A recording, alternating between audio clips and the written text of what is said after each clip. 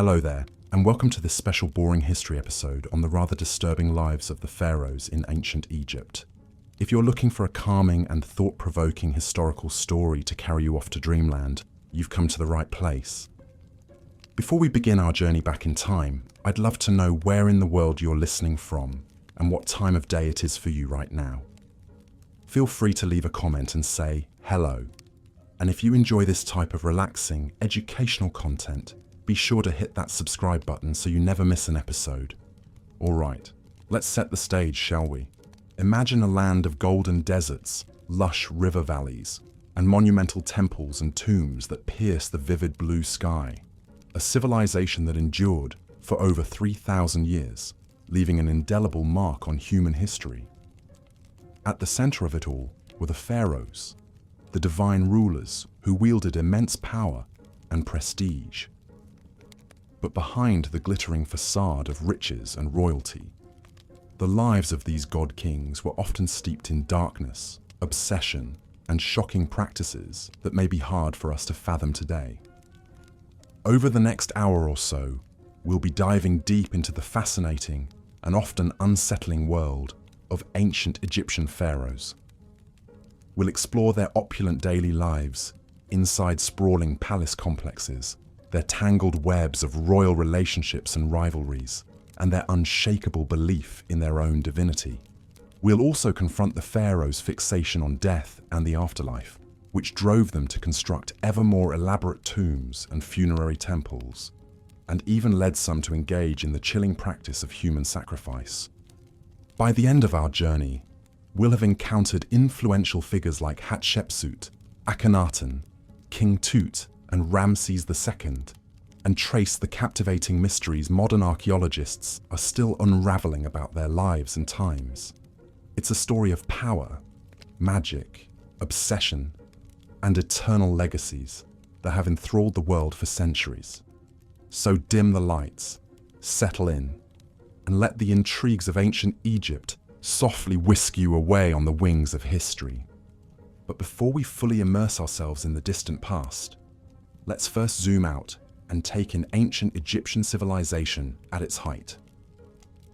Stretching from around 3100 BCE to 30 BCE, ancient Egypt was one of the first and longest-lasting complex societies in human history. The kingdom was born when King Menes unified the disparate tribes of the lush Nile Valley into a single state, taking advantage of the river's fertile floodplains to fuel an agricultural revolution that would be the envy of the ancient world. Over the centuries, Egypt grew into a powerhouse of wealth, culture, and influence, its lands stretching from the Mediterranean Sea to deep into Nubia in the south. The pharaohs presided over a centralized state with a sophisticated bureaucracy, groundbreaking technological advancements like the ox-drawn plow and sailboats, and a rich culture that produced timeless works of art, architecture, and literature.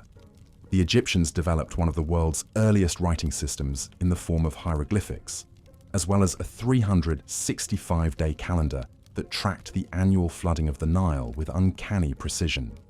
But perhaps their most visible and enduring achievements were the colossal monuments they left behind: the Great Pyramids, sprawling temple complexes, and subterranean tombs hewn into cliffsides. These awe-inspiring feats of engineering served to project the godlike power and prestige of the pharaohs, while also hinting at the depths of their obsession with death and eternity. For the pharaohs, this earthly life was but a prelude to a glorious and well-provisioned immortality, and they would bend immense resources and human capital to securing their share of forever. At the center of this remarkable civilization were the pharaohs themselves, the divine kings who ruled as the living embodiment of the god Horus on earth. The pharaoh was the supreme authority in all matters of state, religion, and war, wielding a level of power and influence that would be almost unimaginable today.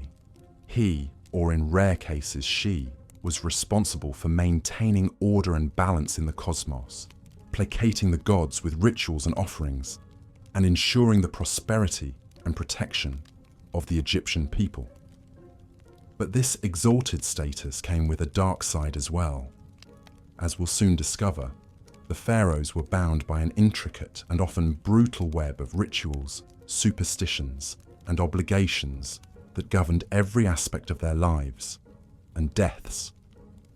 From the incestuous marriages they contracted to keep the royal bloodline pure, to the servants and pets they took with them into the grave, to the shocking acts of deification and human sacrifice some pharaohs engaged in, the lives of these divine rulers were often steeped in as much darkness as light.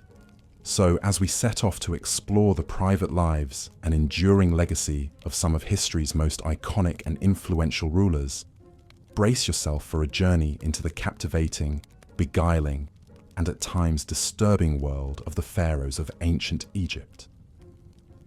Let's begin by imagining a day in the life of a pharaoh at the height of the New Kingdom, around 1500 BCE. Dawn breaks gently over the shining limestone walls of the pharaoh's sprawling palace complex at Thebes. The king and his entourage are roused from their sleep by the soft sound of blind musicians serenading the sunrise, as barefoot servants pad silently through torchlit halls, bearing trays of delicacies to break the royal fast. In the palace's colonnaded courtyards, songbirds flit among lush gardens and burbling fountains as tame baboons and lion cubs lounge in the shade. The pharaoh emerges from his bedchamber accompanied by a coterie of body servants who have spent the last hour attending to his elaborate grooming regimen. They've shaved his head and body silky smooth to stave off lice, lined his eyes with striking kohl and green malachite, and anointed his limbs with fragrant oils and perfumes. Gold and electrum gleam at his throat and wrists, while an exquisite crown in the shape of a falcon encircles his brow, a symbol of his divine kinship with the god Horus. Thus arrayed in all his finery, the living god strides forth to begin his packed schedule of daily duties and devotions. First on the agenda is a visit to the palace shrine to make offerings and libations to the chief gods, Re the sun god, Osiris the god of the underworld, and the pharaoh's own deified ancestors. Chanting priests fill the incense-perfumed air with hymns and prayers, as the king prostrates himself before the serene painted gazes of the gods. With his religious obligations discharged, the pharaoh convenes his council to hear petitions, dispense judgments, and consult on affairs of state. Seated on a golden throne, he listens as his vizier reads out the day's business. Boundary disputes to settle, trade agreements to negotiate, construction projects to oversee. Though he solicits advice from his most trusted courtiers, the final word on all matters ultimately rests with him. The day wears on in a blur of ceremonies and spectacles designed to awe the populace and reinforce the pharaoh's divine right to rule. The king processes through the city in a magnificent chariot, the cheers of his subjects rising like a wave as he showers them with gifts of gold and grain. He officiates over the ritual opening of a new temple, driving in the first peg with a golden mallet as priests chant incantations to seal the sacred space. But even in these moments of public triumph, an undercurrent of dark superstition and obsessive ritual runs beneath the surface. The pharaoh is careful to always enter a room right foot first to ward off evil spirits. He eats only with his left hand, reserving his right for communing with the gods.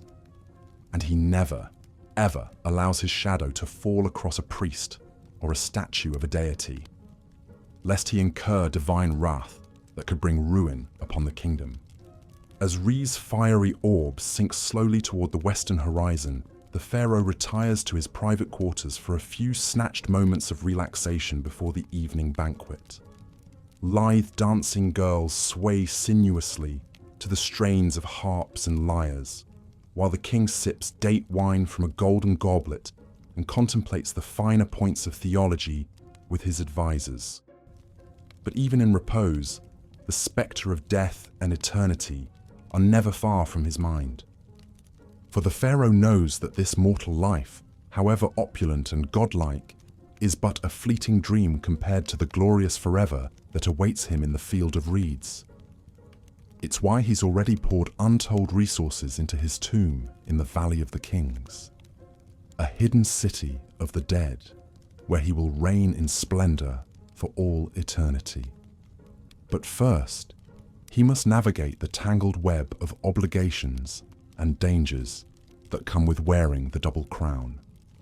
And nowhere are those perils more present than in his own royal household.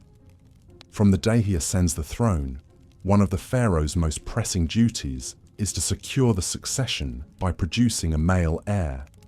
But in the incestuous hothouse of the royal family, where pharaohs routinely wed their siblings and even their own children to keep the bloodline pure, the battle for power and influence is always seething just beneath the gilded surface. The king's great royal wife may be his half-sister, but that doesn't stop her from plotting with priests and courtiers to advance her own son's claim to the throne over that of his older half-brother. Indeed, the annals of Egyptian history are littered with tales of palace intrigue, rival queens, and ruthless power plays between potential heirs. Take the remarkable story of Hatshepsut, the female pharaoh who ruled as king in her own right for over 20 years in the 15th century BCE. Though she was originally just a regent for her young stepson Thutmose III, Hatshepsut slowly consolidated power, adopting all the masculine trappings of kingship, and even depicting herself with a beard in official artwork. Or consider the shocking tale of the heretic pharaoh Akhenaten, who upended centuries of religious tradition by proclaiming the sun disk Aten as the one true god and outlawing the worship of all others.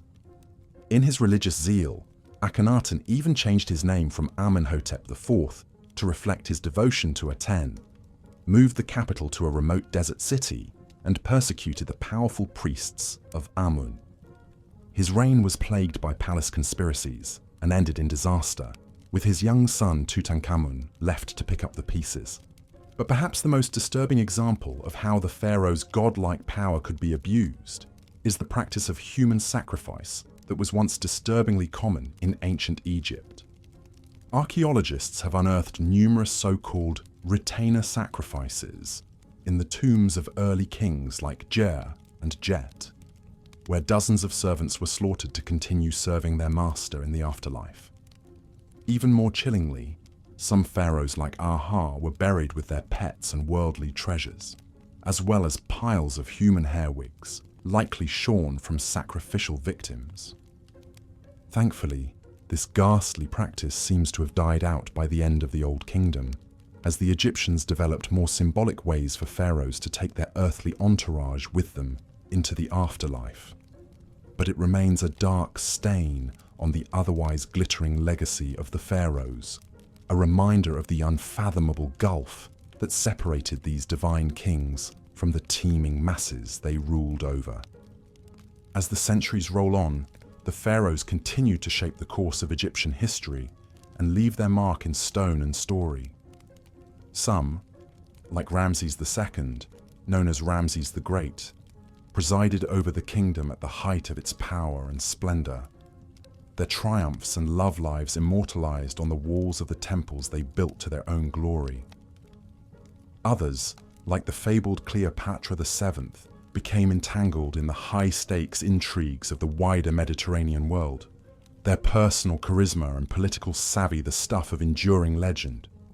But perhaps no pharaoh has captured the modern imagination quite like the boy King Tutankhamun, whose lavish tomb discovery in 1922 set off a global wave of Tutmania and turned the once obscure ruler into a household name. The dazzling treasures found in Tut's tomb, from his iconic golden death mask to the nested coffins and thrones, provided an unprecedented glimpse into the opulence and artistry of a royal burial and cemented the pharaoh's reputation as the ultimate status symbols of the ancient world. Today, new archaeological discoveries and cutting-edge scientific techniques are allowing us to peer even deeper into the lives and deaths of these endlessly fascinating rulers. CT scans and DNA analysis have revealed the inbred genetic deformities that plagued Tut's family line, as well as the festering wounds and malaria that likely claimed his life at the tender age of 19th. Inscriptions and papyri paint an increasingly vivid picture of the cutthroat world of palace politics, where foreign concubines and scheming viziers jostled for influence in the shadow of the throne. And yet, for all the dark secrets and unsettling practices we've uncovered about the pharaohs, their luminous legacy as some of the most iconic and enduring rulers in human history remains undimmed. For over 3,000 years, they presided over a civilization of remarkable achievements and innovations, from the mathematical precision of the pyramids to the medical know-how of the world's first brain surgery. They inspired some of the most sublime and enduring works of art and architecture ever created, from the serene beauty of Nefertiti's limestone bust to the colossal majesty of the Colossi of Memnon. And they continue to fire our imaginations and tug at our sense of wonder, inviting us to contemplate the mysteries of absolute power and ponder what it means to reach for immortality in the face of the fleeting nature of human life. So the next time you find yourself gazing up at the inscrutable face of the Sphinx or marveling at the golden splendor of Tutankhamun's funerary mask, take a moment to reflect on the pharaohs who once wielded godlike power over the lives of millions. Theirs is a story of dazzling triumphs and shocking abuses, soaring monuments and chilling body counts, unimaginable wealth and existential dread in the face of eternity. It's a story that reminds us of the heights of human achievement and the depths of our capacity for cruelty, the unquenchable thirst for immortality, and the inescapable reality of death. And it's a story that will continue to captivate us as long as the timeless stones of ancient Egypt keep their secrets close, inviting each new generation to unravel anew the endlessly fascinating riddle of the pharaohs. And with that, we've reached the end of our whirlwind tour through the disturbing and dazzling lives of ancient Egyptian pharaohs. I hope you've enjoyed this deep dive into one of history's most iconic and influential civilizations, and that the stories of these larger-than-life rulers have provided some rich food for thought as you drift off to sleep. As always, thanks so much for tuning in to Boring History, and for spending a portion of your day exploring the endlessly fascinating nooks and crannies of our shared human story. If you've enjoyed this immersive journey into the distant past, I'd be thrilled if you could hit that subscribe button and leave a comment sharing your thoughts on the pharaohs and their far-reaching legacy. Until next time, sweet dreams, and may your reveries be filled with the golden light of the eternal sun disk, the lush reeds of the field of reeds, and the whispered secrets of the kings and queens who once ruled as living gods over the shimmering sands of ancient Egypt. Good night. As we've seen, the pharaohs of ancient Egypt lived lives of opulence and grandeur almost unimaginable today. But behind the glittering facade of gold and gods lay a darker reality, one of unchecked power, mystical obsessions, and the ever-present spectre of death. Perhaps no pharaoh embodied these contradictions more than Ramses II, also known as Ramses the Great. Ascending to the throne around 1279 BC, Ramses would rule for an astonishing 66 years, one of the longest reigns in Egyptian history. He presided over an era of great prosperity and embarked on a massive building campaign, erecting temples, obelisks, and statues across the empire. The sheer scale and grandeur of these monuments were meant to awe his subjects and proclaim his divine power for all eternity. But Ramses II's thirst for glory and immortality knew no bounds. He fathered over 100 children with a vast harem of wives and concubines. He didn't hesitate to deface or outright destroy the temples and monuments of previous rulers, replacing their names and images with his own in a brazen act of propaganda. Even the colossal statues he erected of himself, some towering over 80 feet tall, were exercises in deified narcissism and self-aggrandizement. Yet perhaps most disturbing were the measures Ramses took to ensure his own afterlife. His sprawling tomb complex, the Ramesseum, included a massive funerary temple served by an entire city of priests, artisans, and slaves. Ramses spared no expense furnishing his eternal resting place, packing it with unimaginable treasures, golden chariots, exquisite furniture, intricately carved alabaster vessels. Even his beloved pet lion was mummified to accompany him. But Ramses didn't stop there. Recent excavations suggest that many of the pharaoh's household staff, including his concubines, were ritually sacrificed upon his death so they could continue serving him in the afterlife. The remains of these victims paint a grim picture, their bodies posed as if still waiting hand and foot on their master, now an eternally divine king. It's a chilling reminder of just how far ancient Egyptian rulers were willing to go in their quest for immortality and godlike power. Ramses II may have reigned over a golden age, but he also exploited untold thousands in service of his own vanity and delusions of divinity. The blood and sweat of commoners quite literally built his legacy. While Ramses the Great was a particularly egregious example, he was far from the only pharaoh to abuse his absolute power in such ways. His predecessors, Amenhotep III and Akhenaten, undertook similarly ambitious and self-serving building projects. The boy king Tutankhamun was entombed with a staggering array of priceless treasures, while Cleopatra ruthlessly eliminated her own siblings to secure sole control of the throne. Time and again, the pharaohs proved that their deified status placed them above the moral laws governing ordinary Egyptians. They could upend religious traditions on a whim, take countless sexual partners, seize property and labor, even ritualize murder, all without consequence. The promise of a glorious afterlife made megalomaniacal excess not only acceptable, but almost inevitable. But in the end, the pharaohs discovered what all tyrants must, that no mortal, no matter how powerful, can escape death. For all their temples and tombs, magical spells and sacrificial servants, they succumb to the same fate as the humblest peasant. Their mummified bodies and worldly possessions gathered dust in the darkness, while their empire declined and their gods were forgotten.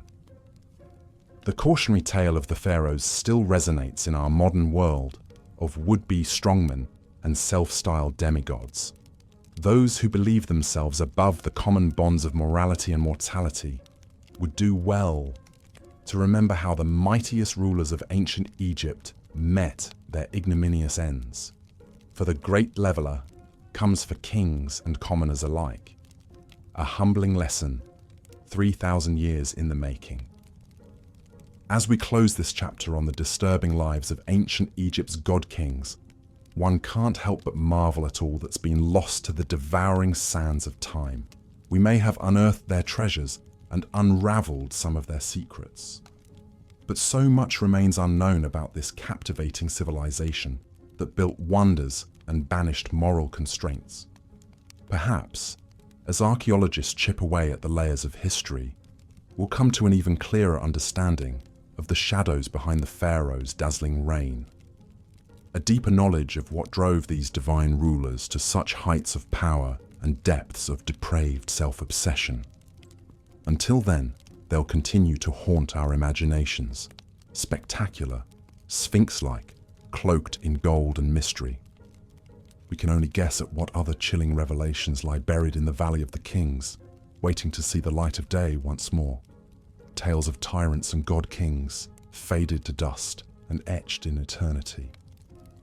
A reminder that even the grandest of empires and most glorified of rulers can't escape time's inexorable march.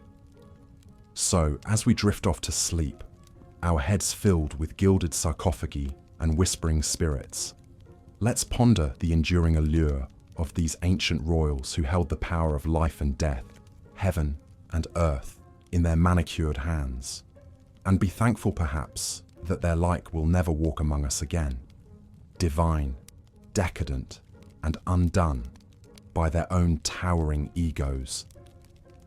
The next morning would see the pharaoh embark on his daily routine of religious duties and governing. He would first bathe in a sacred pool or be cleansed with holy water by priests, a ritual believed to purify both body and spirit. The pharaoh was then dressed in the finest linens, adorned with regal symbols like the double crown, scepter, and crook. Each item held deep meaning, the crook representing his role as shepherd of his people, the flail his authority to punish enemies of Egypt.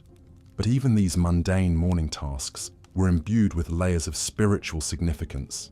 Every movement was like a carefully choreographed dance, governed by the strict rules of Ma'at, the cosmic order that held the universe together. To deviate even slightly from these divine protocols was to court chaos and risk the god's wrath. It was a heavy existential burden to bear, but one seen as absolutely essential for a living god. Once attired in his divine regalia, the pharaoh would emerge from the palace to begin his packed schedule. Often first up was a visit to the temple to make offerings to the gods and perform vital rituals. As the high priest of every temple, his role was to gratify the gods and secure their continued blessings for Egypt. He would deliver offerings, recite sacred spells, and burn incense to the cult statues in the temple sanctuary. No matter how tedious, each rite had to be performed with perfect precision. Like maintaining a cosmic engine, even the subtlest mistake could have catastrophic consequences. The famous pyramid texts, carved on the walls of royal tombs, were essentially a script for the pharaoh to follow in the afterlife, guiding him through the trials to reach the blessed field of reeds. One can only imagine the intense pressure and anxiety of having to execute the rituals flawlessly, with the highest stakes imaginable riding on them. With his religious duties complete, the pharaoh would turn to the business of governing Egypt. He would meet with his most trusted advisors, viziers who acted as his eyes and ears throughout the land. They delivered reports on the political situation in Egypt and its diplomatic ties with rivals like the Nubians, Hittites, and Mesopotamians. The pharaoh would hear petitions from his people and pronounce his judgments according to Ma'at. Although the viziers oversaw the vast state bureaucracy on a day-to-day basis, the pharaoh had the final say on all matters and was expected to uphold justice.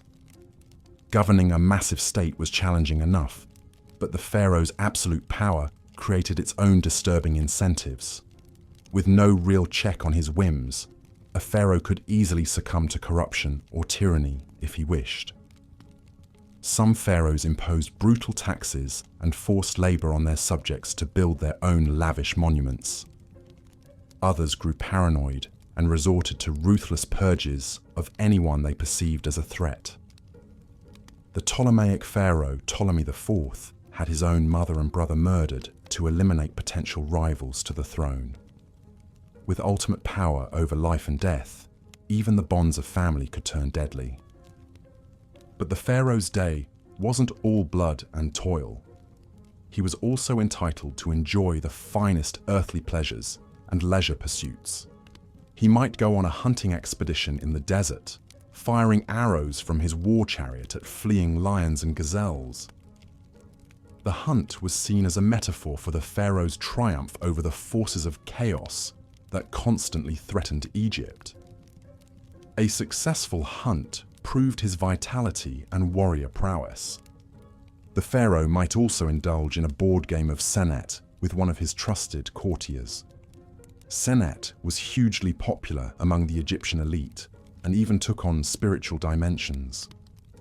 Some believed the game mimicked the soul's journey through the Duat underworld, with the final squares representing the gates of the afterlife. Here again, the lines between earthly recreation and cosmic symbolism were always blurred. As Re's journey across the sky drew to a close and shadows lengthened, the pharaoh would finally retire to his chambers after a long day of service to the two lands. But even in rest, his divine duties never ceased. The pharaoh's sleep was believed to mystically merge his Ba soul with the sun god, renewing his divine life force. It was a time of strange visions and communion with the gods, not mere repose. Enigmatic dream books have survived that were used to help interpret the pharaoh's dreams and discern divine messages in them. In one disturbing dream from the Chester Beatty Papyrus, the pharaoh Ramses II dreamt he saw Ptah, the great creator god of Memphis, standing over him with a sword. Ptah angrily chastised him for not completing his temple and struck him on his side. When Ramses awoke, he was determined to appease the wrathful deity by expediting work on the temple. Even in his own dreams, it seemed, there was no refuge from the crushing pressure of his role. The pharaoh's waking hours may have passed according to strict ritual and protocol, but his sleeping mind was an untamed landscape where deities and demons roamed freely. The same potent magic he wielded by day held sway in this nocturnal realm, for good or ill. Spells were carved on headrests and bed frames to protect the vulnerable sleeper from malign forces. This liminal space between waking and dreaming was a potent time for communing with the unseen and for divining the gods' mercurial wills. The life of a pharaoh, from sunup to sundown, was a tightrope walk between the earthly and divine, the banal and sublime. Every action, no matter how routine, took on transcendent significance. In a world pulsing with magic and portent, there could be no real distinction between sacred and profane. That pervasive aura of mysticism and symbolism infused the pharaoh's day-to-day existence, but also justified the absolute power he wielded. By upholding Ma'at in the material realm, the pharaoh sustained the proper order that kept the cosmos from dissolving into oblivion. But that same power also enabled the darkest impulses and excesses of human nature. The challenge for any pharaoh was to embody the lofty virtues of a god on earth, while still being fallible flesh and blood. Some managed that balancing act with justice and restraint, securing their people's prosperity and history's favor. Others succumbed to tyranny and caprice, leaving legacies forever tainted by cruelty. But whether revered or reviled, the pharaohs all shared an existence profoundly alien to our modern sensibilities, where the scope of one's actions held literally life and death stakes for an entire civilization. The pharaoh's day typically began at sunrise with a ceremonial cleansing by priests, followed by a grand procession out to the main temple for ritual offerings and worship. As a living god, this direct link to the divine was the pharaoh's most vital duty, necessary to maintain Ma'at. He would present statuettes of himself as offerings and libate wine, milk, and other precious liquids before the gods. Incense would be burned, prayers recited, and sacred magic enacted through liturgies and hymns. After the morning rituals, the pharaoh would attend to the business of state, receiving ministers' reports, settling legal cases, and issuing decrees on everything from irrigation projects to mining expeditions. He would also engage in more ceremonial duties as the day progressed, from officiating over agricultural festivals to commissioning monumental building works in his name. The pharaoh's workday was interspersed with breaks for meals, recreation, and rest. Meals were sumptuous affairs, with the pharaoh entitled to the choicest cuts of meat, the freshest produce from palace gardens, and delicacies like honey, figs, and dates. Servants would swat flies with long fans and offer water to wash. Recreation might include hunting, board games like Senet, or watching performances by musicians, dancers, and acrobats. Some pharaohs enjoyed swimming in palace pools or taking a languorous barge ride down the Nile. But even in leisure, there was little respite from ritual and responsibility. If the pharaoh opted for a pleasure cruise, it would be aboard a gilded barge hung with fluttering pennants, rowed by crews of servants as he relaxed under a canopy with his family and courtiers. If he retired to his harem for the evening, he was still expected to spend time with his great royal wife and produce heirs to secure the dynasty. The God King's life was a goldfish bowl of relentless public scrutiny and expectation. While the pharaoh's magnificent surroundings and godlike status may seem enviable, it was in truth an intensely demanding and precarious existence. The smallest lapse in upholding Marat, whether ritual or moral, could unleash the furies of fate upon the entire land. He was like an acrobat crossing the Nile on a gossamer thread, poised between the earthly and the eternal. The burden of his office was an exhausting marathon of pageantry and weighty decisions, with the highest possible stakes in play. As the pharaoh finally retired for the evening, borne aloft on a gilded palanquin to his royal bedchamber, the day's exertions would take their toll. Falling into a dreamless sleep, he could at last slip the yoke of ritual and protocol, however briefly. In the morning, the great wheel would turn once more, and the demigod would re-emerge to greet the rising sun. But in those darkest hours before dawn, the pharaoh's chamber was a hushed sanctum of shadows and murmuring breaths, of stillness and quiet. Here, in night's forgiving embrace, he was merely human once more. Royal relationships and rivalries. The ancient Egyptian royal court was a hothouse of political intrigue, power plays, and Machiavellian machinations. At its apex was the pharaoh himself, the nucleus around which courtiers, officials, priests, and supplicants all revolved like planets around the sun. But the pharaoh was far from alone in his gilded cage.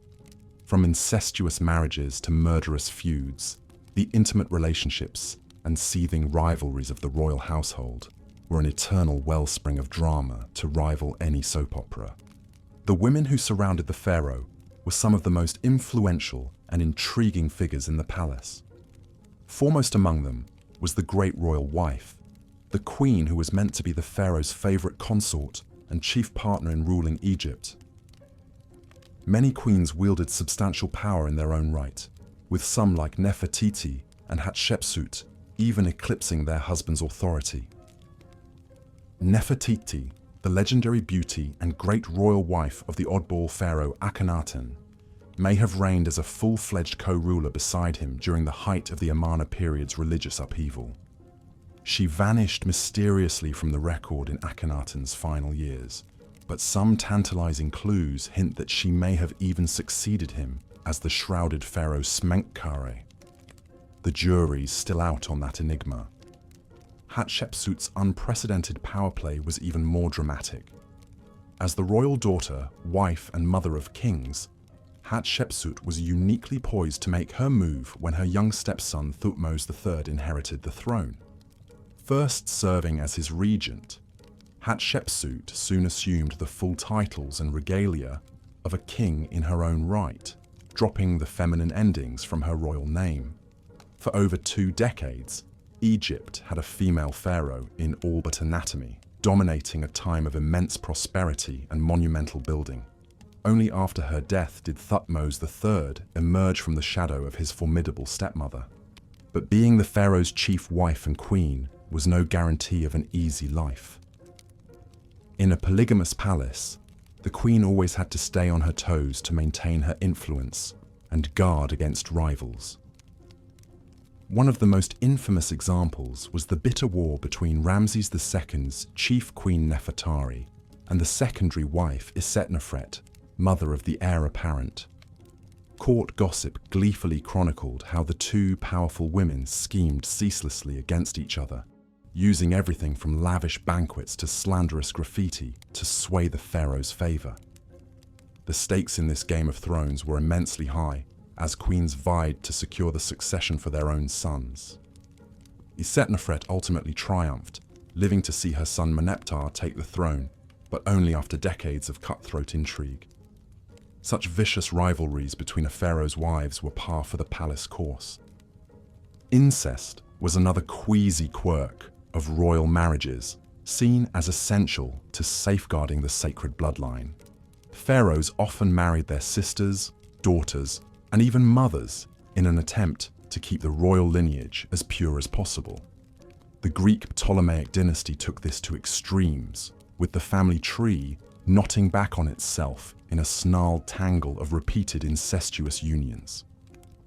Cleopatra VII, the most famous Ptolemy of all, was actually the product of at least 3 generations of uninterrupted brother-sister marriages.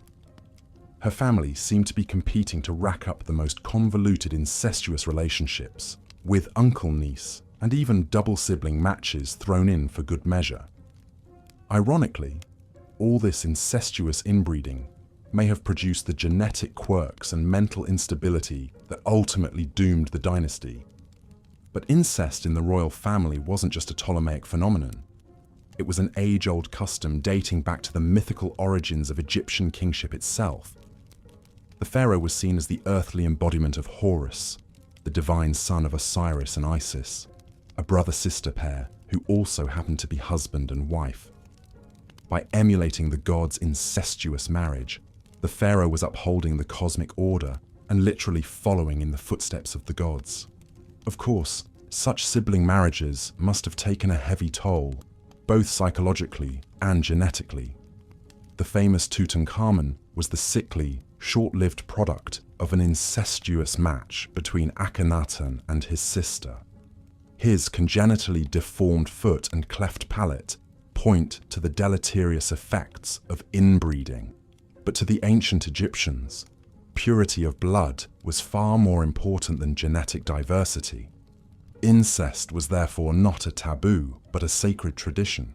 If rivalries between wives were vicious, those between potential heirs could be downright murderous.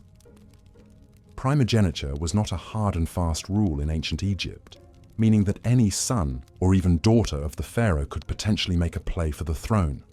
This often led to cutthroat power struggles and grim succession crises as rival princes schemed to eliminate their competitors. One notorious example was Amenemhat I, the founder of the powerful 12th dynasty.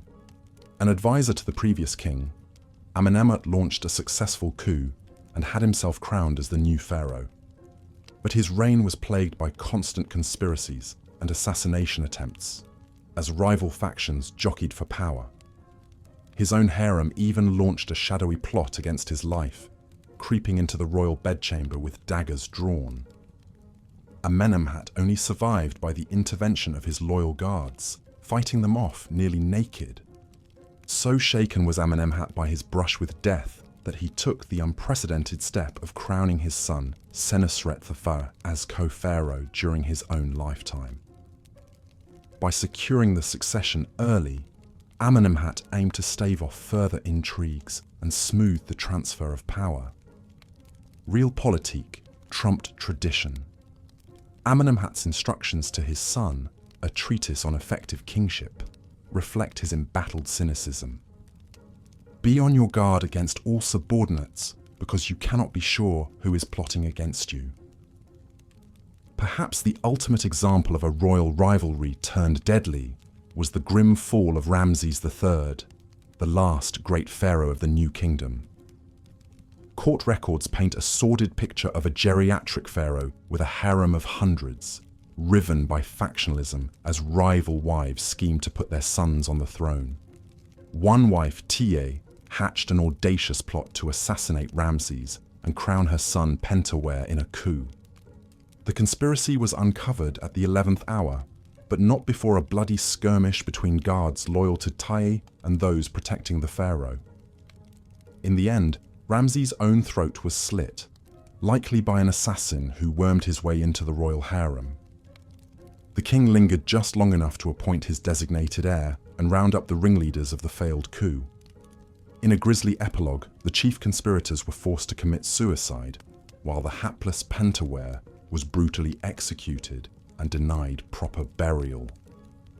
Even in death, royal rivalries refused to rest.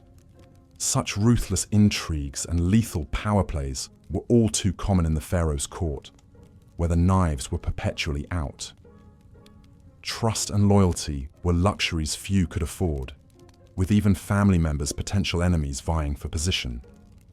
Caught in this tangled web of shaky alliances and seething resentments, the pharaoh had to walk a razor's edge, vigilantly balancing factions while watching his own back. Heavy was the head that wore the double crown. Gods on earth, the pharaoh as divine ruler. More than mere monarchs, the pharaohs of ancient Egypt were living deities, straddling the boundary between the earthly and divine. Each pharaoh was seen as the embodiment of Horus, the falcon-headed sky god, and the son of the great sun god Re.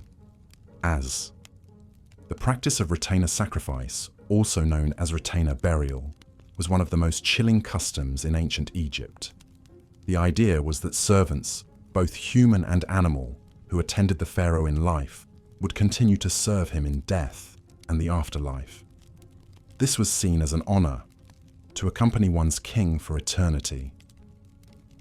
But to our modern sensibilities, it's a staggering loss of life in the name of royal luxury. Some of the earliest evidence of retainer sacrifice comes from subsidiary graves around the royal tombs of the First Dynasty pharaohs at Abydos. These subsidiary graves contain the remains of servants, as well as food, furniture, jewelry, and tools, all the things deemed necessary to serve the pharaoh in the afterlife. The tomb of King Djer is a striking example. Excavations revealed 318 subsidiary burials around his tomb, with servants' bodies arranged in neat rows, believed to have been sacrificed upon Djer's death. Even more unsettling are the animal sacrifices found in pharaonic tombs. Many kings were buried with their beloved pets to keep them company, hunting dogs, cats, monkeys, gazelles, and more. But some animal graves are on a whole different scale. The tomb of King Horahar contained 10 donkeys that had carried his funeral gifts. King Nama's tomb held 10 dogs. The First Dynasty pharaoh Waj was even buried with no less than 12 baboons, creatures considered sacred to the god Thoth. But perhaps the most bizarre burial good of all was human hair, lots and lots of it. Archaeologists uncovered a staggering 30 million animal mummies and 80 tons of human hair in a series of vast catacombs beneath the Temple of Anubis at Saqqara. Much of this hair is believed to have been shorn from servants and offered to the jackal-headed god of embalming as a plea for the deceased pharaoh's safe journey to the afterlife. As staggering as these numbers are, it's important to note that human sacrifice was not constant throughout ancient Egyptian history. It seems to have been practiced only in the early dynastic period, phasing out as mummification and more symbolic burial goods took precedence. By the time of the New Kingdom, human sacrifices had disappeared, replaced by Shabti figurines meant to magically come alive and act as servants in the afterlife. Still, those early royal tombs with their grim galleries of subsidiary burials leave a lasting and haunting impression. They speak to the absolute power of the pharaohs and the value placed on their post-mortem comfort above all else.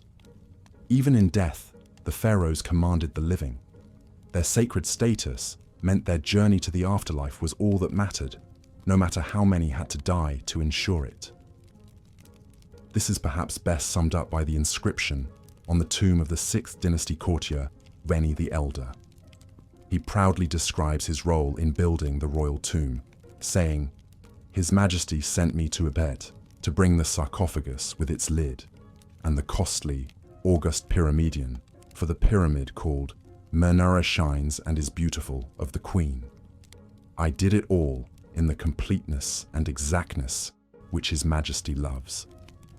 The pharaoh's eternal resting place was paramount, sparing no expense, effort, or life. But not all pharaohs clung to these dark, sacrificial practices.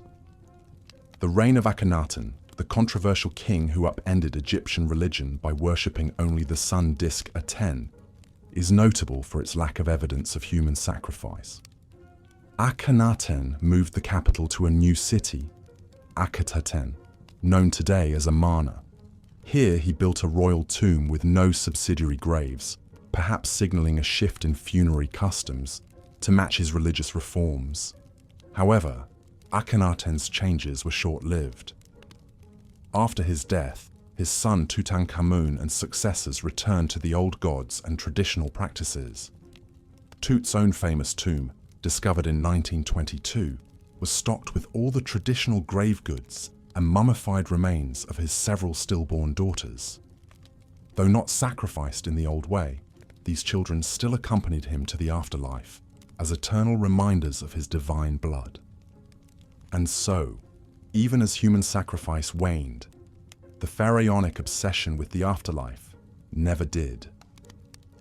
The mummification process grew ever more elaborate, with pharaohs like Seti the Firm and Ramesses II going to their eternal rest in multi-room, hidden tombs filled with every earthly treasure. They were still meant to live forever as gods among the gods, even if their retinue of ghostly servants was now rendered in wood, clay, and stone, rather than flesh and blood. This enduring belief in the pharaoh's divinity, in earthly eternity attained, is perhaps their most lasting legacy. Long after their tombs were looted and bodies scattered, the pharaohs are still with us, resurrected in our history books and museum galleries. We still speak their names: Khufu, Nefertiti, Hatshepsut, Tutankhamun, and marvel at their monuments. They built for eternity, and in many ways they achieved it, though not as they might have imagined. For the pharaohs, eternal life was a given, a birthright of their divine status. For their subjects, the afterlife had to be earned through service, both in this life and the next. This fundamental divide, the chasm between the god-kings and the rest of humanity, is what makes their world at once so dazzling and so alien to our eyes. It was a world where one person, by accident of birth, could command the living and the dead, move mountains and rivers, and shape the very landscape of eternity. That was the power and the burden of the pharaohs, the sun-sons of ancient Egypt, who lived, ruled, and died as gods on earth. And yet, for all their power and splendor, the pharaohs were still mortal men and women. They suffered from the same human frailties: disease, injury, family drama, political intrigue. They just did so on a much grander scale, befitting their exalted status. This is perhaps what makes them so endlessly fascinating, so ripe for continual study and speculation. They were larger than life, but still life-sized. Untouchable gods, but still flesh and blood. In the end, maybe this is what draws us back again and again to the lives of the pharaohs. They built the pyramids and great sphinx, grand temples and hidden tombs, but they also loved their children, mourned their dead, and hoped for eternity. They were both extraordinarily powerful and extraordinarily human. And that, more than any monument or mummy, is their most enduring legacy. The reminder that even the most exalted among us are still one of us. Even a pharaoh, beneath the crowns and finery, the incense smoke and chanting priests, was still a person making their way in the world, looking ahead to the next. The ancient Egyptians believed that to speak the name of the dead was to make them live again. Perhaps then, we are all part of the pharaoh's afterlife, every time we tell their stories, ponder their lives, and marvel at their works. They built their tombs and pyramids to last till the end of time, and in doing so, they built themselves into the very bedrock of our history. The pharaohs may be gone, but they are not forgotten. They live on in our collective memory, as real and vivid as the paint on their tomb walls. And so we keep them, and their extraordinary, disturbing, dazzling world, alive, now and for all eternity.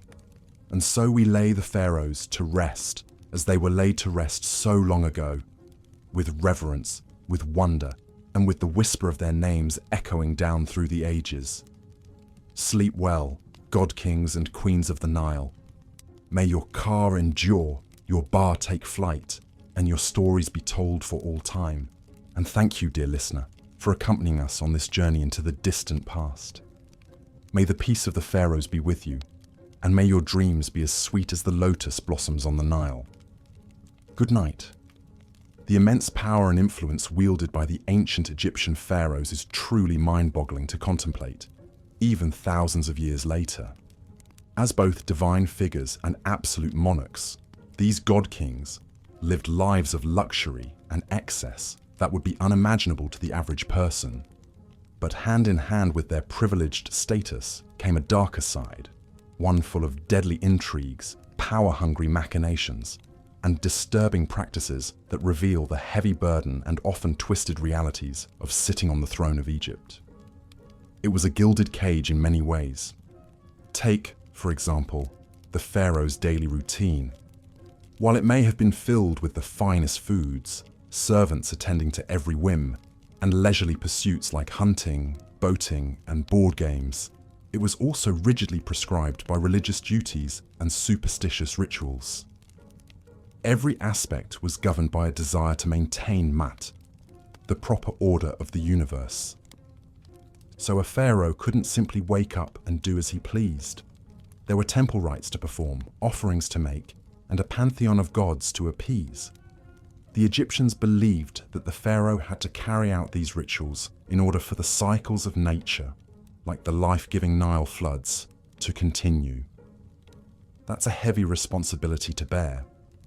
Even the pharaoh's personal grooming was laden with meaning.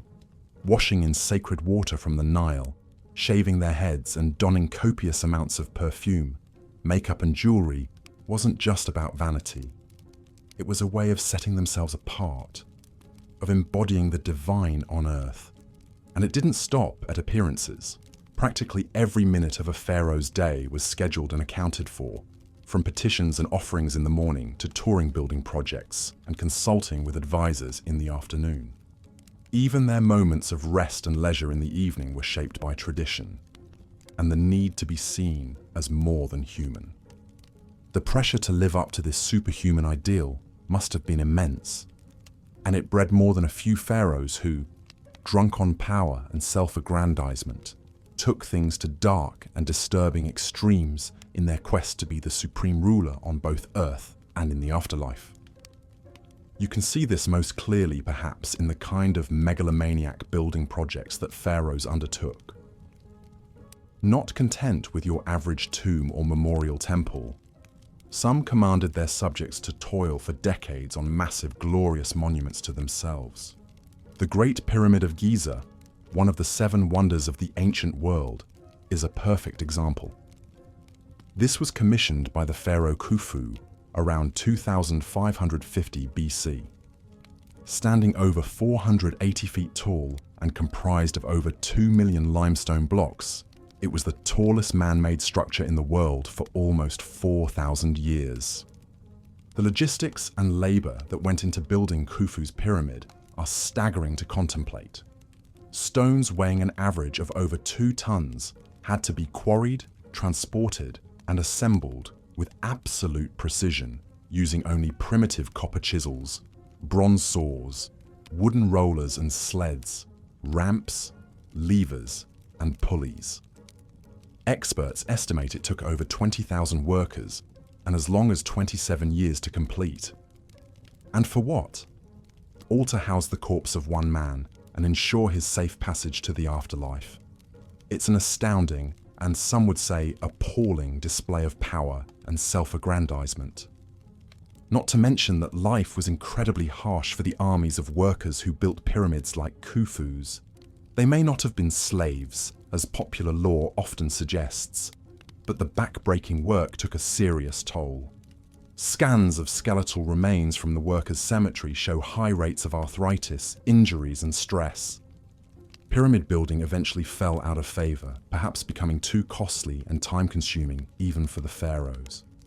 But the rich and powerful still found other ways to flaunt their wealth in the face of death.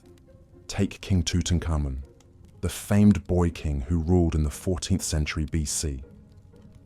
While he died young and had a relatively short reign, his golden death mask and opulent grave goods have become enduring symbols of ancient Egypt's wealth and splendor.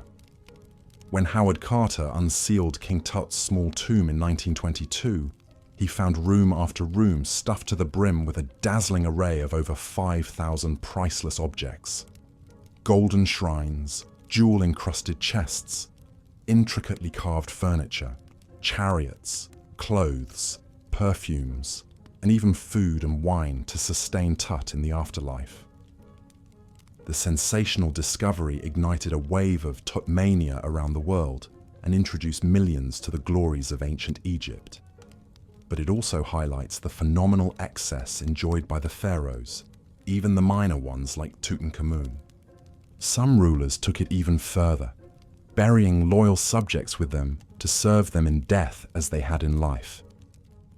This is a practice known as retainer sacrifice, and evidence for it has been found in some of the earliest royal tombs, going back to the first dynasty around 3000 BC. In tombs at the royal burial ground of Abydos, archaeologists discovered the remains of court officials, servants, and even dogs arrayed around the pharaoh's sarcophagus and subsidiary graves. It seems these unlucky attendants were sacrificed to continue their duties in the afterlife, a disturbing reflection of how much the pharaoh's power extended beyond the grave. Thankfully, this practice seems to have largely died out by the Old Kingdom period, but the fact that it was ever condoned at all is a chilling reminder of the absolute godlike power ancient Egyptians invested in their kings. Even as mummification techniques became more and more refined, and the fabled Valley of the Kings filled with hidden tombs, the gulf between the pharaoh's eternal comfort and the lot of the average Egyptian couldn't have been starker. While the royals enjoyed gold, jewels, and linen wrappings in the afterlife, most people had to make do with a simple pit grave and a few humble trinkets, if that. The inequality was so stark, it's little wonder that tomb robbing became a constant scourge for Egyptian elites. Still, the promise of eternal life, however luxurious, was one that even the pharaohs couldn't always count on, as the fates of some of the most famous rulers attest. Take Ramses II, widely regarded as the greatest and most powerful pharaoh of the New Kingdom. His reign, which lasted an astonishing 66 years, from 1279 to 1213 BC, marked the peak of ancient Egypt's imperial power and prosperity. Ramses II, or Ramses the Great as he's often known, was a military leader who expanded Egypt's reach in Nubia, Libya, and the Levant. He was also a prolific builder who erected many grand temples, statues, and monuments. But for all his glory in life, Ramses II didn't exactly get the restful and dignified eternity he probably expected. His mummy has been moved and disturbed countless times over the millennia, as tomb robbers, priests, and archaeologists have all had a hand in its fate. When Ramses's mummy was finally unwrapped in 1886 by Gaston Maspero, the head of the Egyptian Antiquities Service, it was found to be in poor condition. The king's body was broken into pieces, many bones were missing, and a gaping hole in the skull suggested the work of ancient looters. Still, with his long aquiline nose, strong jaw, and shock of white hair, Ramses was an imposing figure even in death. His mummy is now on display at the National Museum of Egyptian Civilization in Cairo, a far cry from his original resting place in the Valley of the Kings, but no less a potent symbol of his enduring power and mystique. In the end, perhaps it's this very mystique, this mix of the marvelous and the macabre, the inspiring and the unsettling, that keeps us so fascinated by the pharaohs of ancient Egypt. They were larger-than-life figures who wielded immense power and wealth, but they were also mortal men, subject to the same fears, foibles, and fates as the rest of us. Peering into their lives, their triumphs and excesses, their vanities and vulnerabilities, is like holding up a mirror to the human condition. We see the heights to which we can ascend and the depths to which we can sink. We marvel at the ingenuity and artistry of an ancient civilization, even as we recoil at some of its more disturbing practices. Most of all, we come face to face with the stark realities of power, its seductions and its pitfalls, its uses and its abuses. The pharaohs may have ruled as gods on earth, but they were also prisoners of a system that demanded constant displays of strength, piety, and conspicuous consumption. In that sense, perhaps we can even feel a twinge of sympathy for these divine rulers, trapped in their gilded cages, burdened with the weight of an entire civilization's hopes, dreams, and fears. It's a far cry from the glamorous and carefree existence we might imagine for a god king. But then again, that's the enduring allure of ancient Egypt. It defies our expectations and challenges our assumptions at every turn. It is a civilization that was at once familiar and alien, majestic and monstrous, enlightened and benighted. And the pharaohs, for all their flaws and foibles, were the avatars of this endlessly fascinating world. They may have lived and died thousands of years ago, but their stories, their secrets, and their splendors continue to haunt us to this day. We will likely never fully unravel all the mysteries of the pharaohs and their world, but that doesn't stop us from trying. From poring over every scrap of papyrus, studying every mummy and monument, sifting through every grain of desert sand for clues to their lives and times. In a way, that's the greatest legacy of the pharaohs, not the pyramids or the golden treasures, but the enduring sense of wonder and curiosity they inspire in us, the tantalizing glimpse they offer into a world at once vanished and vivid, lost and everlasting. So perhaps the real question is not what we can learn from the pharaohs, but what we can learn about ourselves in our endless fascination with them. What does our obsession with these ancient rulers say about our own hopes, dreams, and fears? What does it reveal about our relationship to power, to death, to the eternal mysteries of the human heart? These are questions that may never have definitive answers, but they are worth pondering nonetheless, just as the pharaohs themselves continue to beguile and bewilder us, inviting us to explore ever deeper the labyrinthine recesses of their world and our own. And so, the story of the pharaohs endures, as it has for millennia, a tale of power and pathos, of glory and despair, of the eternal dance between light and shadow that defines the human condition. It is a story that will continue to be told and retold, as long as there are those who seek to peer behind the veil of history and glimpse the faces of those who once ruled as gods among men. The pharaoh would begin his morning ablutions in an ornate limestone washroom, where a small army of servants waited to assist their living god. First, they would delicately wrap him in fine linen towels and escort him to a gleaming copper bathing tub filled with water, lotus flowers floating on the surface. As he stepped in, the servants would carefully wash the pharaoh's body with natron, a mineral salt that cleansed and softened the skin. They paid special attention to his hands and feet, gently scrubbing away any dirt or impurities. After bathing, the pharaoh would be dried off, and a servant would appear bearing a tray of fragrant oils.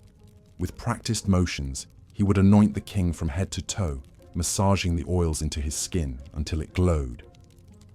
These sacred unguents, in scents of myrrh, frankincense, and cinnamon, were believed to have magical protective properties, shielding the pharaoh from evil spirits and misfortune. A dab of black coal was carefully applied around his eyes, not just for beauty, but to deflect the harsh glare of the sun god Ra and ward off eye infections. Next came the pharaoh's iconic regalia, the crowns, scepters, and jewels that denoted his supreme status. Every item was imbued with layers of religious and political symbolism. The distinctive double crown, for example, represented the unification of Upper and Lower Egypt under the pharaoh's divine rule. A designated servant would reverentially lift the lapis lazuli and gold headdress and place it atop the king's head, taking great care to arrange it just so. Then would come the crook and flail, implements of kingship often depicted crossed over the pharaoh's chest in art and sculpture. The crook symbolized his role as shepherd of his people, while the flail represented his ability to mete out punishment to enemies of the state. Once adorned, the pharaoh would emerge from his chambers to greet the day, a glittering vision inspiring both reverence and terror. But this was only the beginning of a grueling daily routine that left little room for rest. First on the agenda was worship and offering rituals at the temple, where the pharaoh would honor the gods and elevate his own divine status.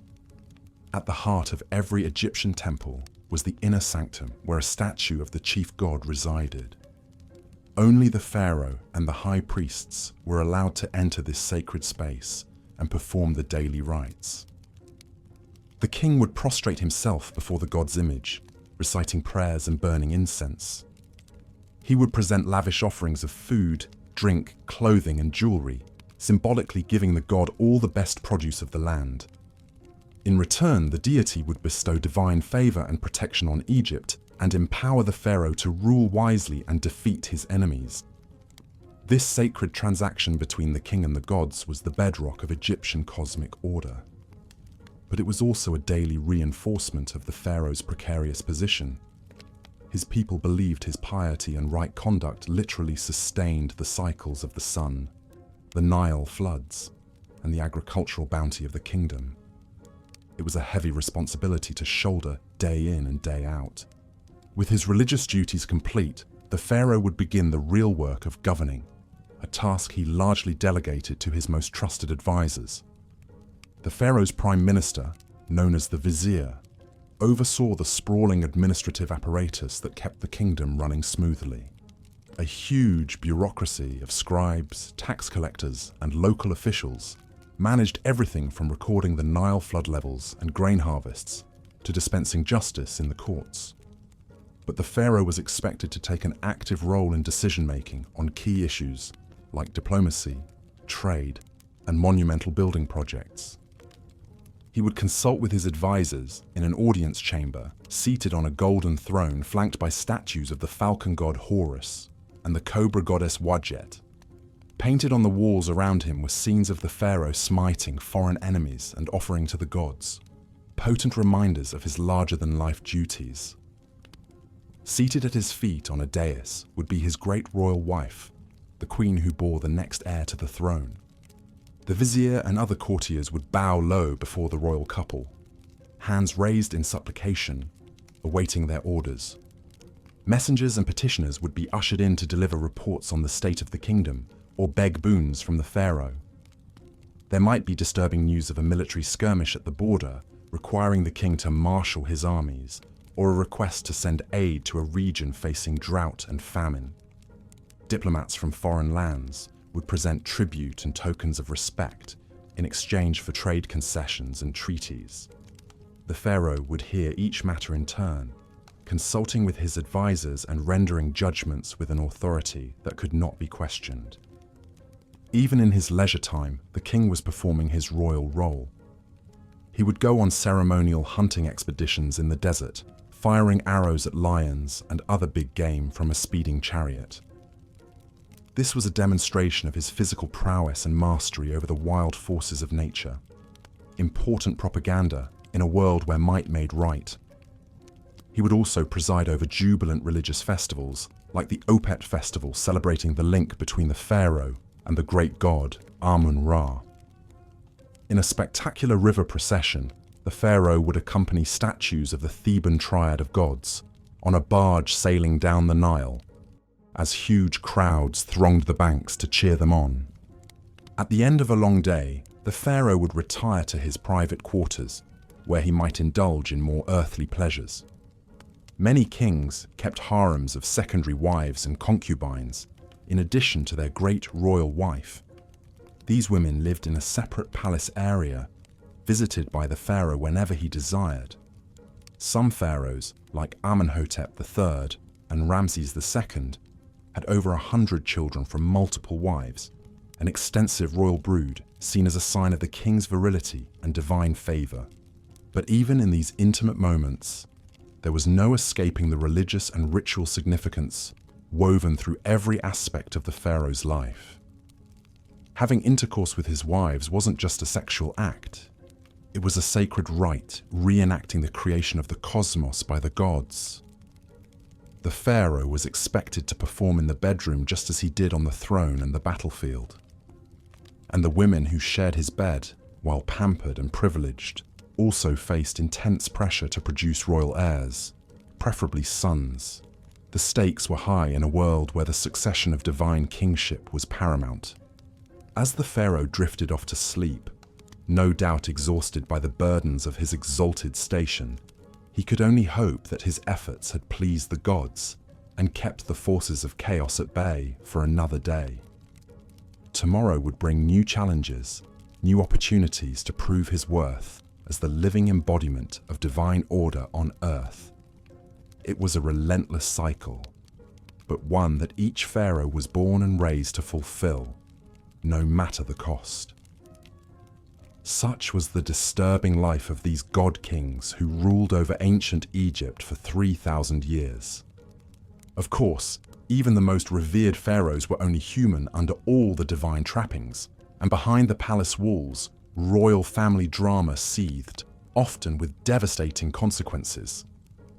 Rivalries between a pharaoh's wives were common, as each competed to have her son named heir to the throne.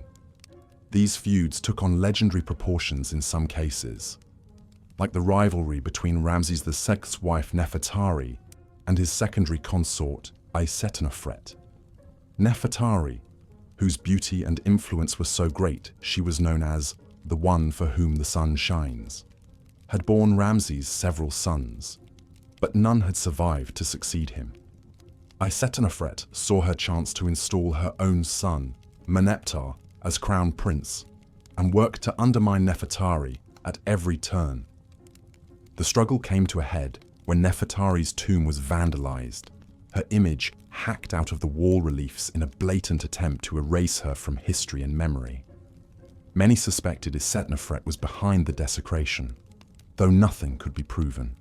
In the end, despite Nefertari's unrivaled status, it was Isetnofret's son Merneptah who took the throne after Ramses' death.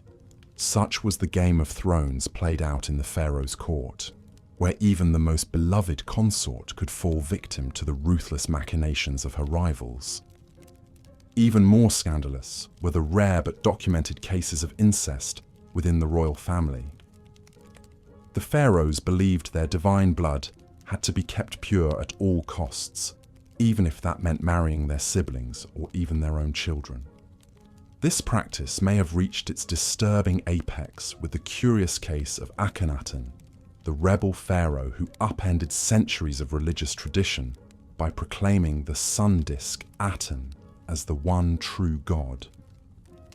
Akhenaten was already a strange and enigmatic figure, depicted in art with an elongated skull, spindly limbs, and feminine hips that have long puzzled scholars.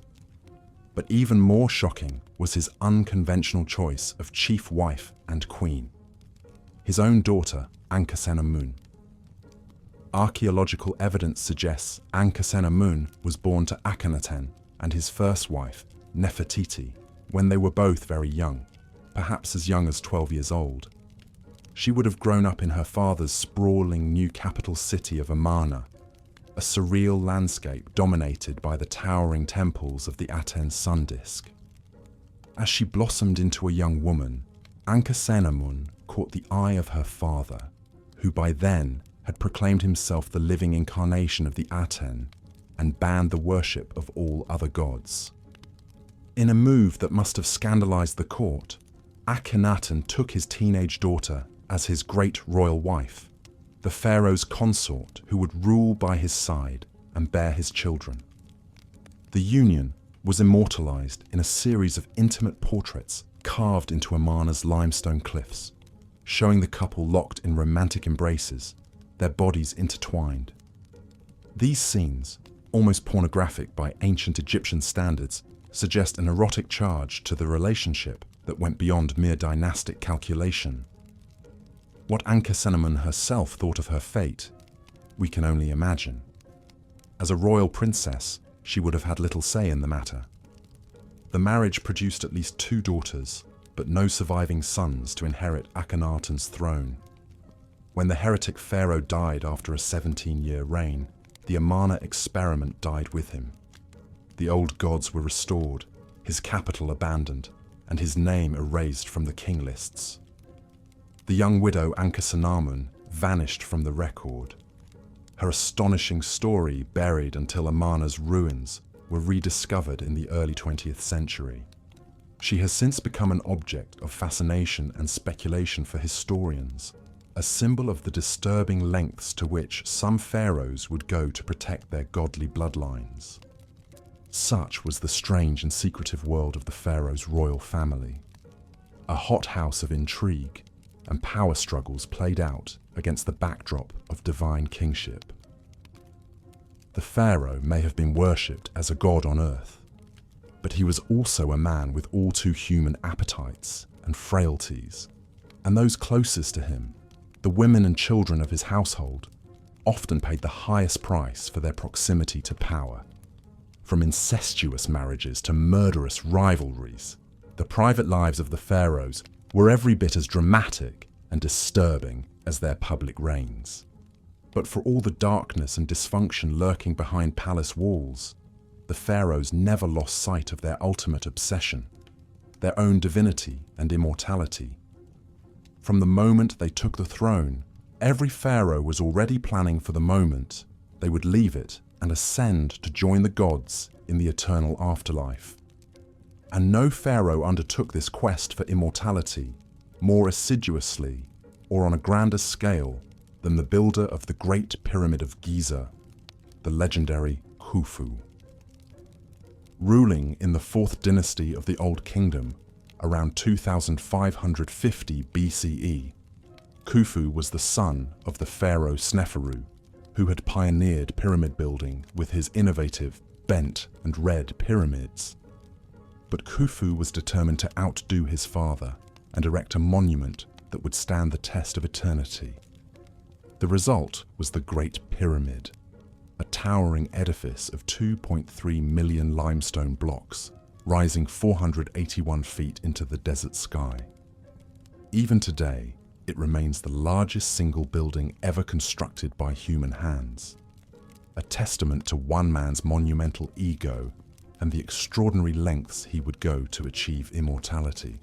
The Great Pyramid was more than just a tomb. It was a resurrection machine designed to harness the power of the sun god Ra and the magic of Egyptian engineering to launch Khufu's spirit into the cosmic realms of the gods. Every aspect of its design was suffused with religious symbolism and funerary spells from the pyramid texts, the oldest sacred writings in Egypt. The pyramid's smooth, angled sides were clad in polished white limestone that would have made it shine like a giant prism in the desert sun, a radiant beacon guiding Khufu's soul to the heavens. Inside, a series of narrow, ascending and descending passages led to the king's burial chamber, deep in the heart of the pyramid. This was the most sacred space of all, where Khufu's mummified body would rest in a granite sarcophagus surrounded by all the treasures and supplies he would need for the afterlife. The chamber was a marvel of precision engineering, its walls lined with massive granite blocks fitted so tightly you couldn't slip a piece of paper between them. This was meant to seal the king's body and possessions away from thieves and intruders for all eternity, a secure staging ground for his journey to immortality. But building such a monumental tomb came at a staggering cost, both in resources and human lives. The Great Pyramid required a workforce of skilled masons, engineers and laborers on a scale never before seen in Egypt. Contrary to popular belief, these were not slaves but paid workers, many of them peasant farmers recruited during the annual Nile flood when their fields were underwater.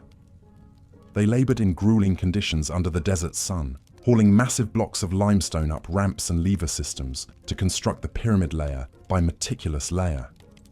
Overseeing this vast operation was the pharaoh's cousin Hemiunu, the royal architect who had designed the pyramid and now managed its construction like a military campaign. He commanded an army of overseers and foremen who pushed the workers to their limits, driven by the knowledge that the pharaoh's immortality depended on their speed and precision. Accidents and deaths were an accepted part of the job, with some workers even buried in the shadow of the pyramid they had died building. The human cost of Khufu's ambition was immense, but to the pharaoh, it was a price worth paying for eternal life. He saw himself as a divine being, a god incarnate whose spirit would live forever among the stars of the northern sky. The pyramid was his stairway to heaven, a monumental feat of will and engineering that would ensure his name and legacy endured for all time. And in a sense, he was right. 4,500 years later, we are still marveling at the Great Pyramid and the disturbing lengths to which one pharaoh went to achieve immortality. But even Khufu's audacious monument pales in comparison to the extraordinary measures some of his successors took to equip themselves for the afterlife. As the prosperity and power of the Old Kingdom waned, later pharaohs became increasingly obsessed with their own mortality and the fate of their eternal souls. They poured their dwindling resources into ever more elaborate tombs and mortuary temples, desperately trying to guarantee their place among the gods. This desperate quest for immortality reached its macabre apex with the practice of retainer sacrifice, the burial of servants alongside the pharaoh to attend him in the afterlife. The most chilling example comes from the tomb of the First Dynasty pharaoh Jer at Abydos, where archaeologists uncovered the remains of 318 individuals, men, women, and even children, who had been sacrificed and buried in neat rows outside the king's funerary enclosure. The scale of the carnage is staggering, the largest known case of human sacrifice in ancient Egypt. The victims appear to have been palace servants, members of the royal household who were selected to serve the king in death as they had in life. They were likely killed by strangulation or a blow to the head, their bodies hastily mummified and buried with minimal grave goods. Some were even interred in coffins bearing their own names, a poignant reminder of their individual identities and the violent fate that awaited them. What could have motivated such a mass slaughter? For the pharaoh and his priests, it was a natural extension of the king's divine power, his ability to command obedience and service even beyond the grave. The servants were seen as privileged to be chosen for this sacred duty, their sacrifice a necessary part of ensuring the pharaoh's eternal well-being. But one can only imagine the terror and despair of those selected, knowing they would soon be joining their master in death. This disturbing practice appears to have been relatively short-lived, dying out by the end of the Old Kingdom. But it speaks to the incredible power and allure of the afterlife in ancient Egyptian culture, and the extreme lengths to which some pharaohs would go to secure their place in it.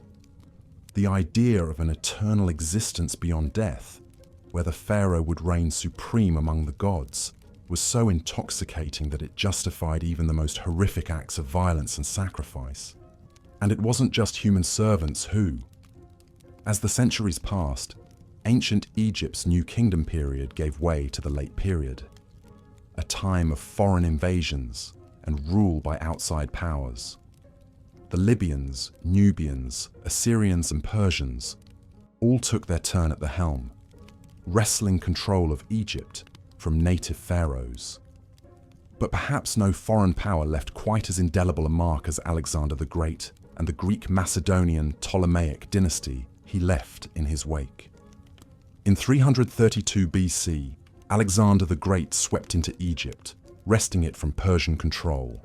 After being crowned pharaoh in Memphis, he founded the great seaside city of Alexandria, soon to become a cosmopolitan center of Greek culture and learning. But Alexander's reign as pharaoh was cut short by his untimely death in 323 BC. In the chaotic aftermath, his general Ptolemy Wunsota seized control of Egypt, installing himself as the first pharaoh of the Ptolemaic dynasty that would rule for the next 275 years.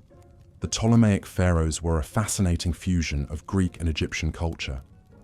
They adopted many Egyptian royal traditions and religious practices to legitimize their rule in the eyes of their subjects.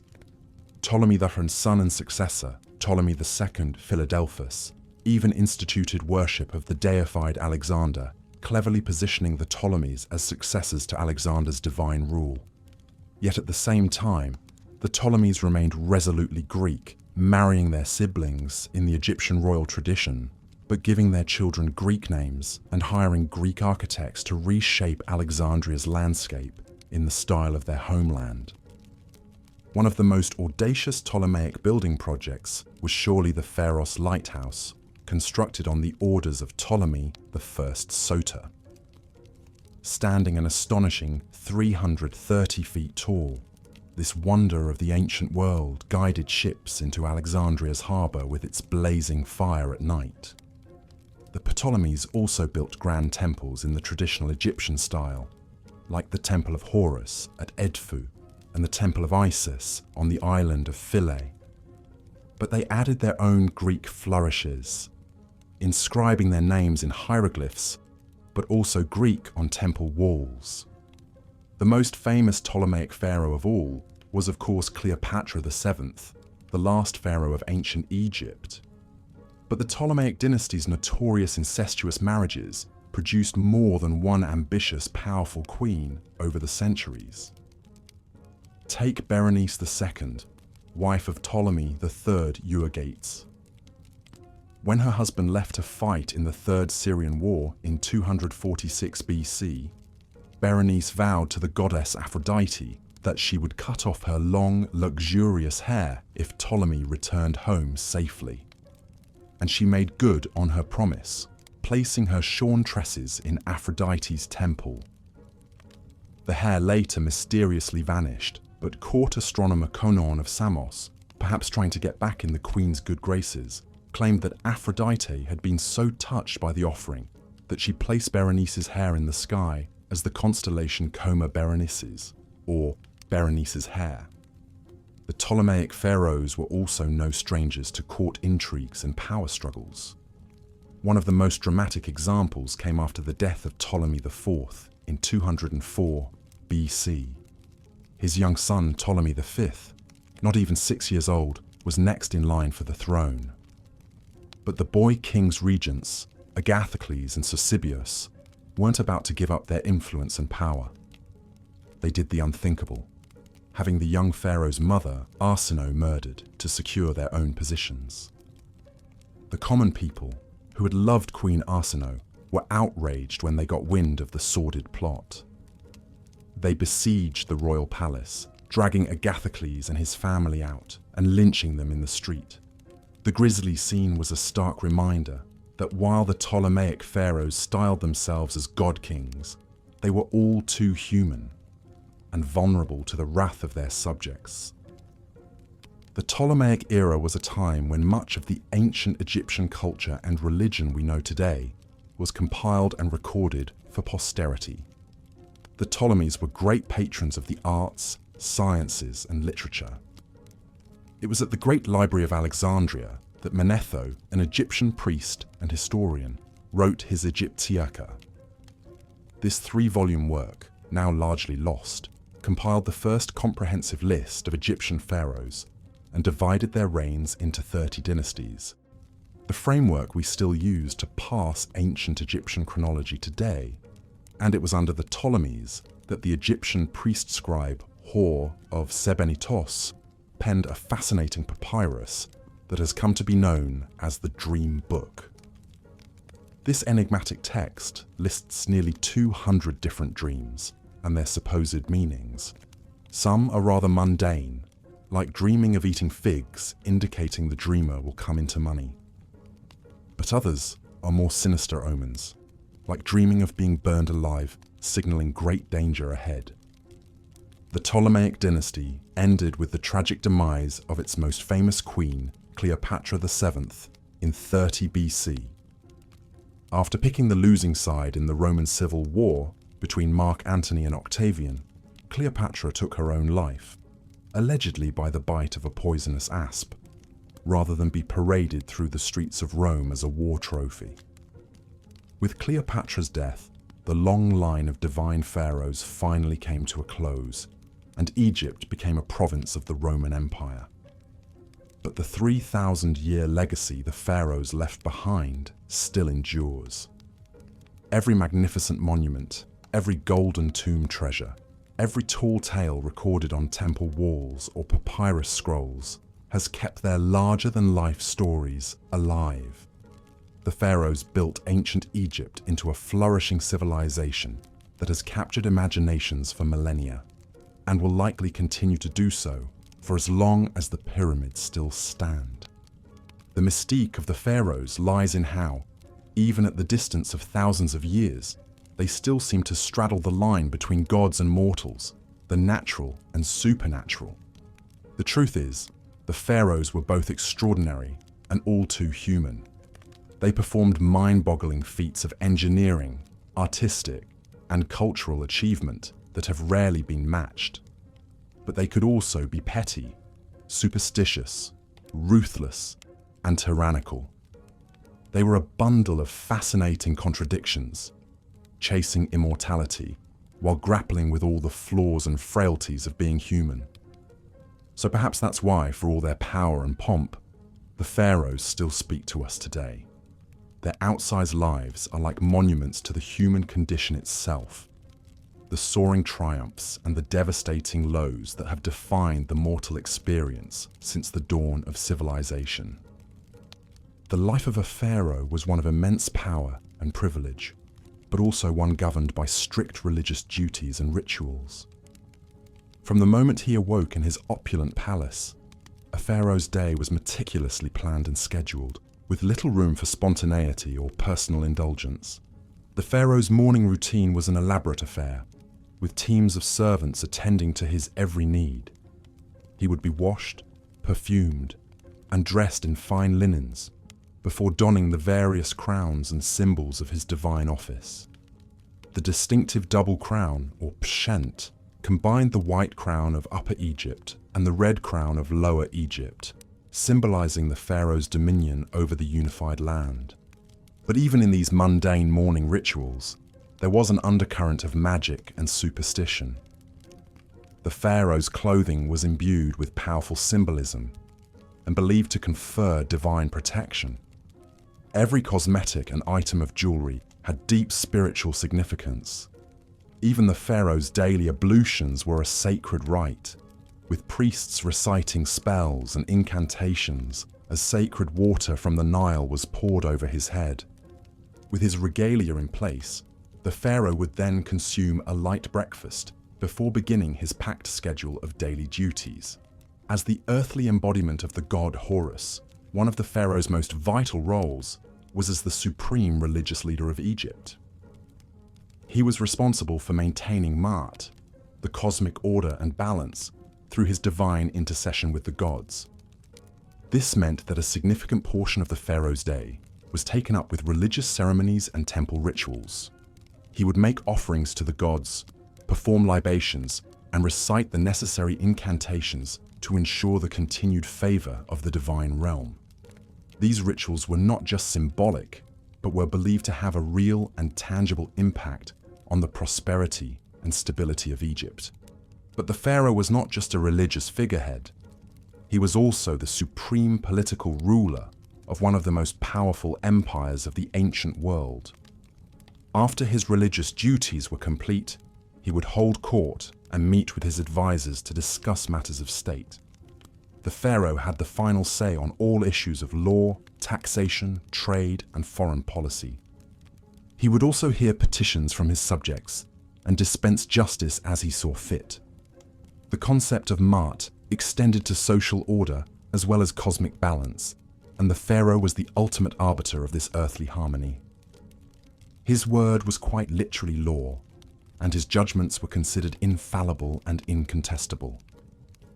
However, even with all of these weighty responsibilities, the pharaoh still had time for leisure and pursuits befitting his exalted status. He might go hunting in the lush marshes along the Nile, or enjoy a sumptuous banquet with his courtiers and foreign dignitaries. Some pharaohs, like Amenhotep II, were known for their athletic prowess and would showcase their skills in archery or chariot racing. But even in these moments of relaxation, the pharaoh was never truly at ease. His life was governed by a strict code of behavior and a constant awareness of his divine role. Every action, every word, every decision was freighted with meaning and consequence. And beneath the surface of this gilded existence lurked a darker undercurrent of superstition, magic, and brutality. The pharaoh may have been the most powerful man in Egypt, but he was also the most vulnerable to the capricious whims of the gods and the machinations of his enemies. Jealous rivals, both within the royal family and among the nobility, constantly plotted and schemed to overthrow him. Sorcerers and magicians employed curses and hexes to bring about his downfall. Even the common people, though they revered the pharaoh as a living god, could turn against him if they felt he had failed in his divine duties. To protect against these myriad threats, both real and supernatural, the pharaoh relied on a complex web of magic and ritual. He wore amulets and talismans imbued with protective spells, and his food and drink were tested for poison by trusted servants. His palace was warded against evil spirits, and his bedchamber was guarded by the most loyal and fearsome of his warriors. But even with all of these precautions, the life of a pharaoh was a precarious one. The annals of Egyptian history are filled with the stories of pharaohs who met untimely and often gruesome ends, from assassination and warfare to disease and dark sorcery. In the end, the pharaoh was as much a prisoner of his divine role as he was its beneficiary. For all of his power and privilege, he was ultimately a slave to the crushing weight of tradition, superstition, and the unyielding expectations of his gods and his people. The life of a pharaoh was indeed a gilded cage, opulent and glittering on the outside, but constricting and suffocating within. And yet, for all of its dangers and drawbacks, the allure of the pharaonic crown was an irresistible one.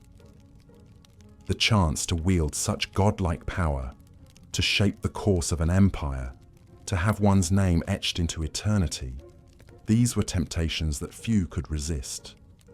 And so the cycle continued, from one pharaoh to the next, each one striving to outdo his predecessors in grandeur and glory, even as the shadow of mortality and the fickle favor of the gods loomed ever larger. Such was the burden and the blessing of the pharaohs, the god-kings of ancient Egypt, whose lives and legacies continue to fascinate and enthrall us to this day. But the pharaonic crown was a heavy one, both literally and figuratively. The great golden headdresses and crowns worn by the pharaohs could weigh up to 5 pounds, a physical reminder of the weighty responsibilities they carried.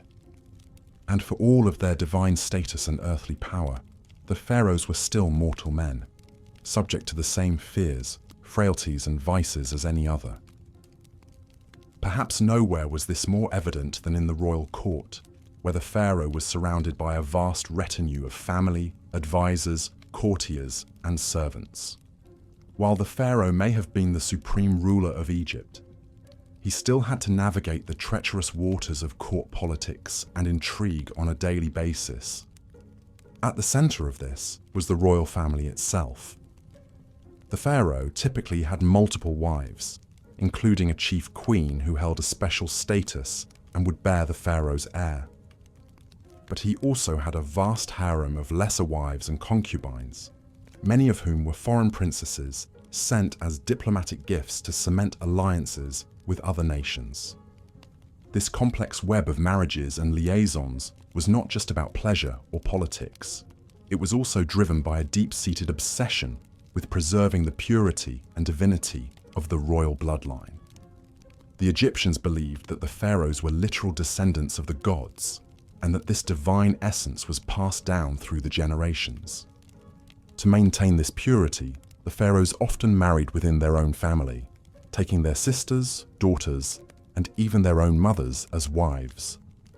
This practice of royal incest may seem shocking and abhorrent to modern sensibilities, but for the ancient Egyptians it was a sacred duty, a way of keeping the divine blood of the pharaohs untainted by mortal influence.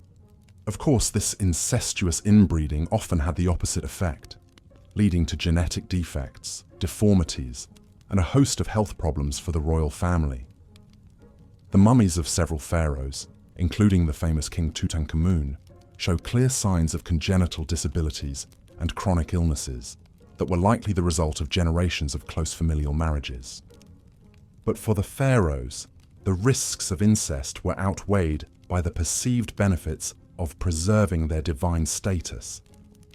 And in a society where the pharaoh was seen as a living god, there was no higher priority than maintaining the purity and power of the royal line. This obsession with divine kingship also had profound implications for the role of women in ancient Egyptian society. While women in general had more rights and freedoms than in many other ancient cultures, the power of the pharaonic throne was still very much a male domain. There were, however, a few notable exceptions to this rule.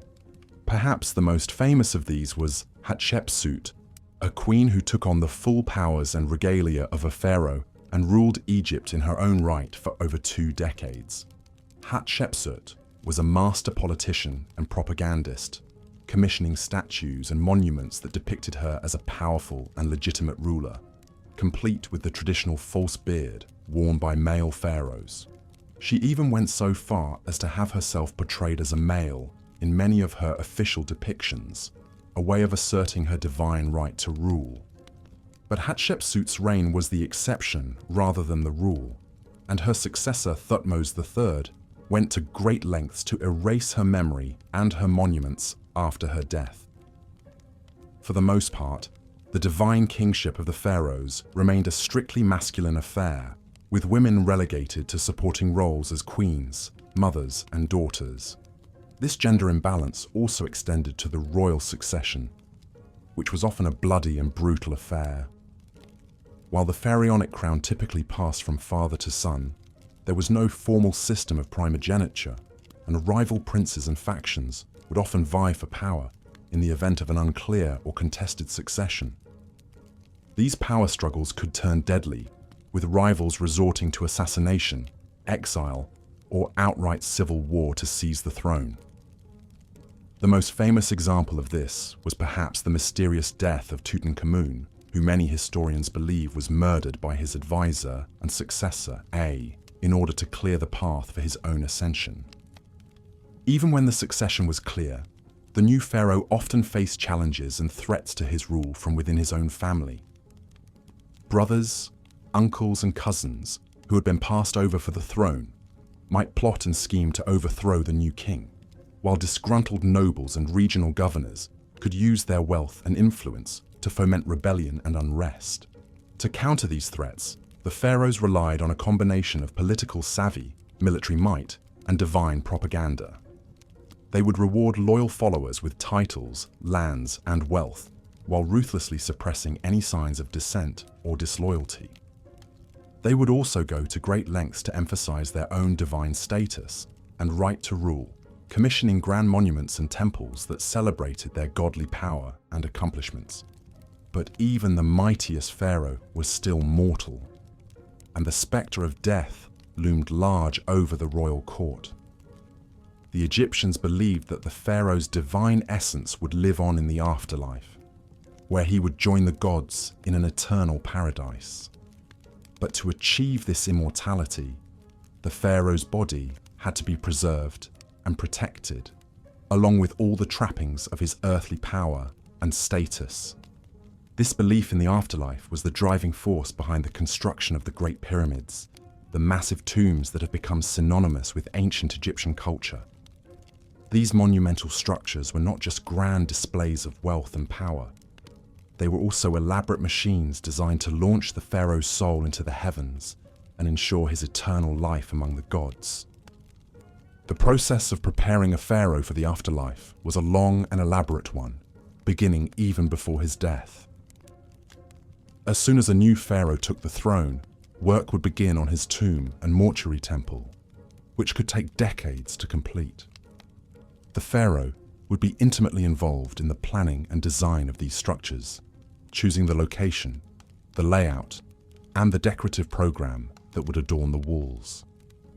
At the same time, the pharaoh would begin accumulating the vast array of grave goods and treasures that would accompany him into the afterlife. These could include everything from furniture and clothing to jewelry and weapons, as well as huge stockpiles of food and drink to sustain the pharaoh on his journey. But perhaps the most vital component of the pharaoh's afterlife preparations was the process of mummification, which would transform his mortal body into an eternal vessel for his divine spirit.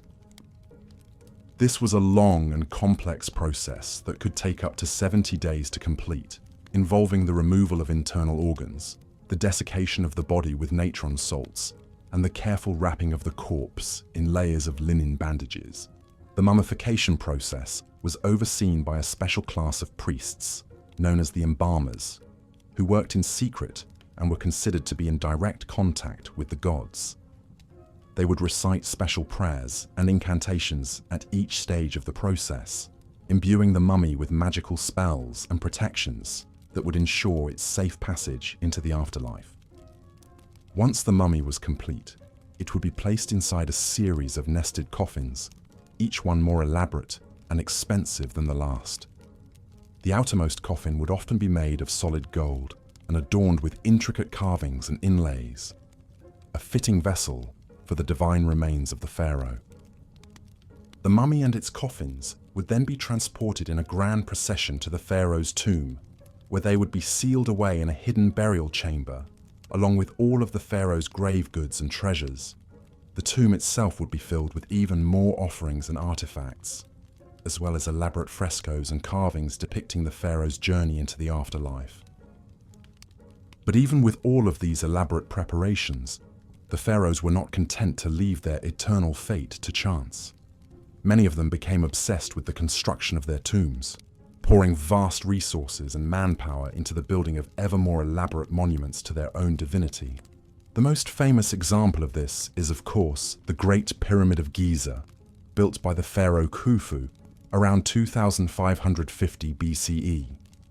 This massive structure, which stood over 480 feet tall and contained more than 2 million blocks of limestone, was the tallest man-made structure in the world for over 3,800 years. The construction of the Great Pyramid was a monumental undertaking that required the labor of thousands of workers over the course of decades.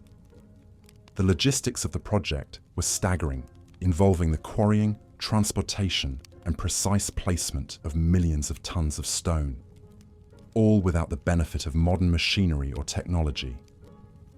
But for Khufu, the pyramid was more than just a feat of engineering. It was a symbol of his divine power and a guarantee of his eternal life. The pyramid was designed to align with the stars, with shafts pointing towards the constellations of Orion and Sirius, which the Egyptians believed to be the celestial homes of the gods Osiris and Isis. Inside the pyramid, Khufu's mummy would have been placed in a granite sarcophagus in the heart of the structure, surrounded by treasure and protected by a complex system of passages, chambers, and booby traps designed to thwart would-be tomb robbers. But even with all of these precautions, the pharaoh's tombs were not immune to the depredations of thieves and vandals. Over the centuries, many of the great pyramids and tombs were broken into and looted, their treasures stolen, and their mummies desecrated. This was a fate that befell even the most famous of the pharaohs, including Tutankhamun, whose tomb was discovered largely intact in 1922, but had still been entered and robbed at least twice in antiquity. The pharaoh's obsession with the afterlife, it seems, was matched only by the greed and determination of those who sought to plunder their eternal resting places. But the pharaoh's preparations for the afterlife were not limited to their own tombs and treasures. In a practice that seems shocking and horrifying to modern sensibilities, some pharaohs were buried along with servants, courtiers, and even pets, all of whom were sacrificed in order to accompany their master into the afterlife. The most extreme example of this practice was found in the tomb of the first dynasty pharaoh Jer at Abydos, where archaeologists discovered the remains of 318 individuals who had been sacrificed and buried alongside the pharaoh. These included servants, guards, and even women and children, some of whom showed signs of strangulation or blunt force trauma. This practice of human sacrifice was not limited to the early dynasties either. The tomb of the 12th dynasty pharaoh Amenemhat III at Hawara contained the remains of at least 5 young women who had been sacrificed and buried with the pharaoh, along with a menagerie of animals, including a monkey, a dog, and several ducks. Even more bizarre was the discovery of tens of thousands of human hair wigs in the tomb of the 18th dynasty pharaoh Amenhotep II. These wigs, which were made from the hair of young girls and women, were apparently intended to provide the pharaoh with a ready supply of fresh hair in the afterlife, a symbol of his eternal youth and virility. These disturbing practices speak to the incredible power and influence of the pharaohs, as well as the deeply ingrained beliefs and superstitions that governed ancient Egyptian society. For the pharaohs, the afterlife was not just a vague hope or a religious abstraction. It was a very real and tangible goal, one that demanded the utmost preparation and sacrifice. But as Egyptian society evolved and changed over the centuries, so too did the practices surrounding the pharaohs' burials. By the time of the New Kingdom, human sacrifice had largely fallen out of favor, replaced by symbolic offerings and the use of Shabti figurines, small statues that were believed to come to life and serve the pharaoh in the afterlife. And as the power of the pharaohs began to wane in the later dynasties, so too did the grandeur and scale of their tombs. The last of the Great Pyramid builders was the 12th dynasty pharaoh Amenemhat III, and by the time of the New Kingdom, the Pharaoh. As we've seen, the lives of the pharaohs were a complex tapestry woven from the threads of divine power, mortal excess, and an unshakable fixation on the afterlife. But perhaps no pharaoh embodies these themes quite as vividly as Ramses II, also known as Ramses the Great. Born around 1303 BCE, Ramses was the 3rd pharaoh of the 19th dynasty, and he would go on to become the most celebrated and most prolific builder in all of ancient Egyptian history.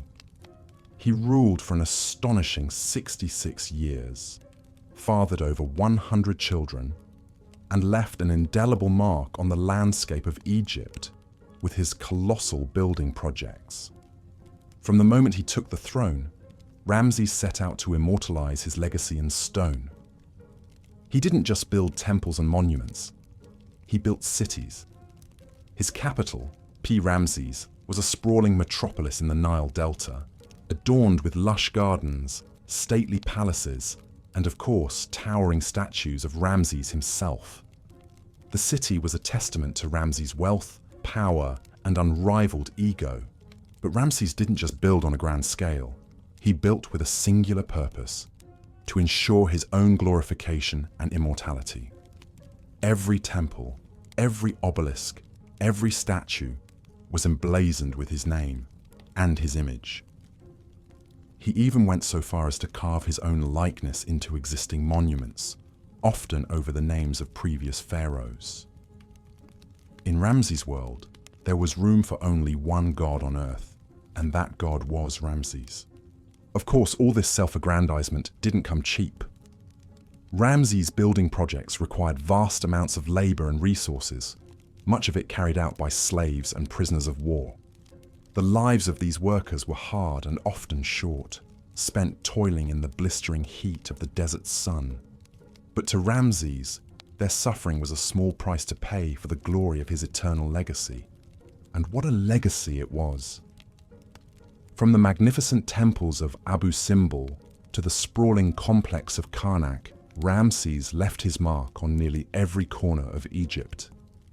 His reign saw military triumphs like the Battle of Kadesh against the Hittites, as well as monumental building achievements like the completion of the Great Hypostyle Hall at Karnak, a forest of 134 massive columns covering an area of 54,000 square feet. But perhaps Ramses' most enduring legacy is the very fact that we know so much about him at all. With his relentless self-promotion and larger-than-life persona, Ramses ensured that his name would live on long after his death. And live on it has. Ramses remains one of the most famous and recognizable figures from the ancient world, a towering symbol of the power and majesty of the pharaohs. Of course, not all pharaohs were as successful in their quest for immortality as Ramses. Take, for example, the curious case of Akhenaten, the so-called heretic king who ruled during the 18th dynasty.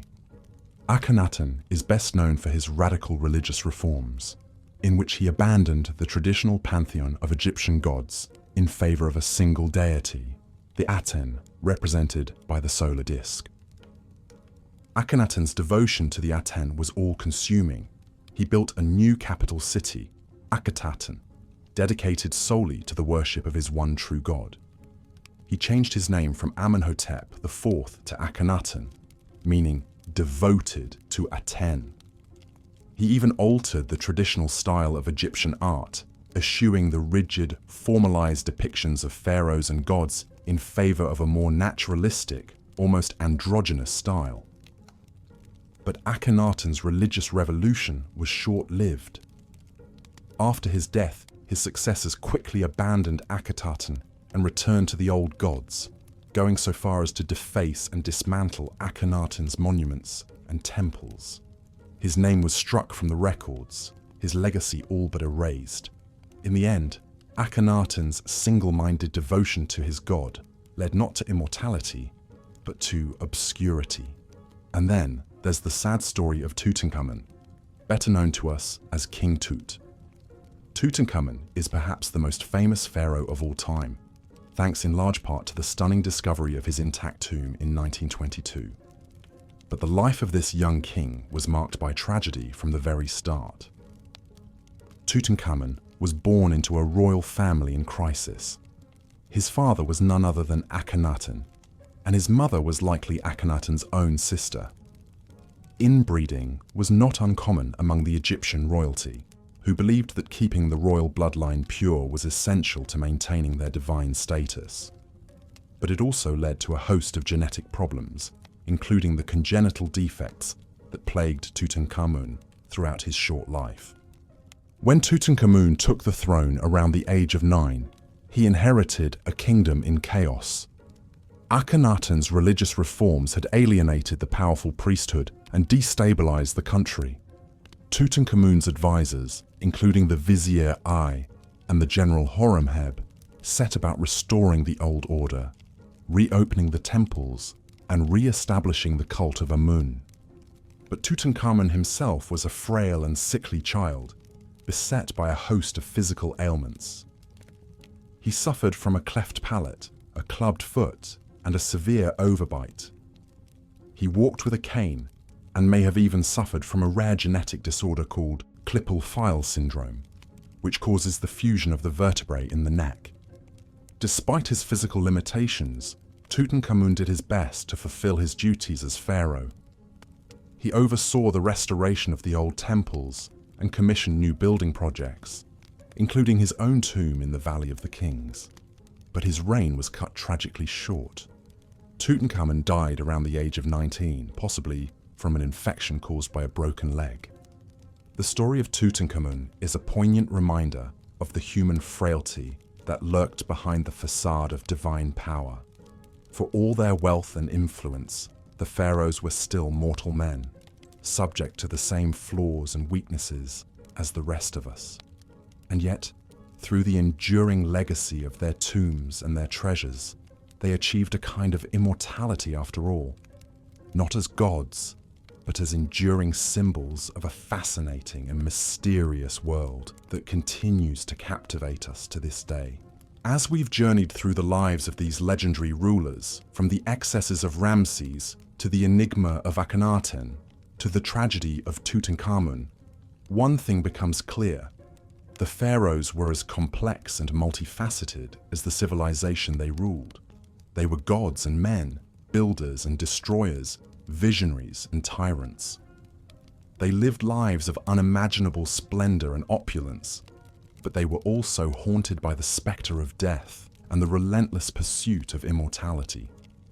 In the end, perhaps it is this very complexity that makes the pharaohs so endlessly fascinating to us.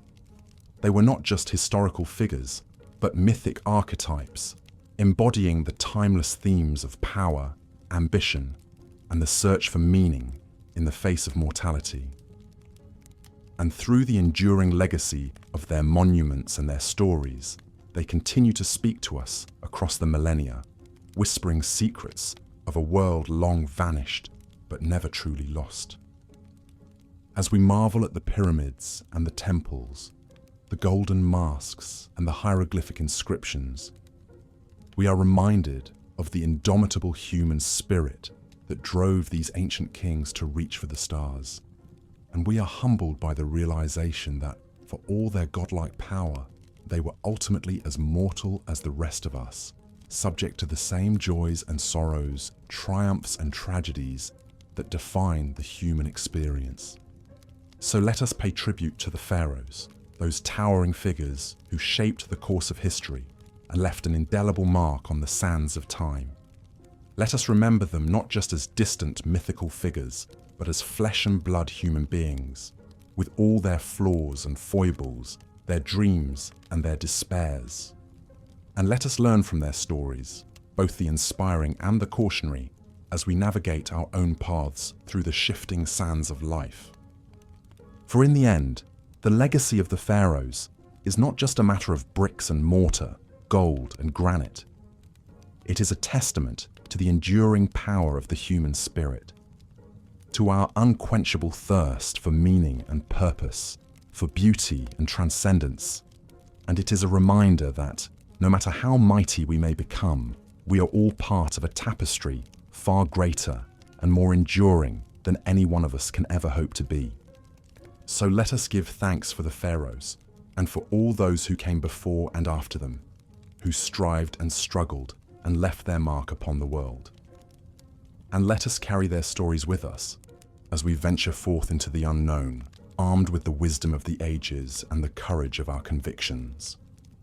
For in the end, the measure of a life is not in the splendor of its monuments or the grandeur of its tombs, but in the love and compassion we show to one another, and in the legacy of hope and resilience we leave behind.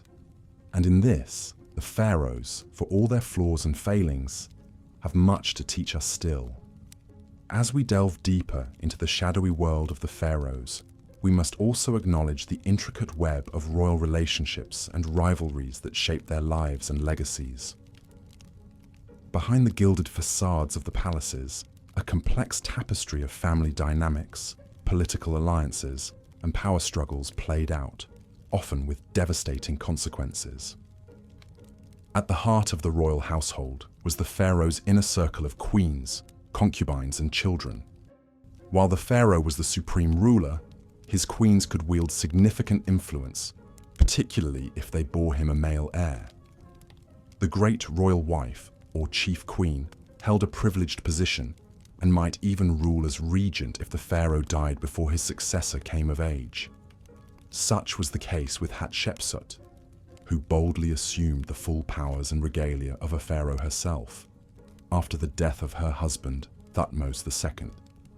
But alongside these influential queens were countless lesser wives and concubines who populated the royal harem.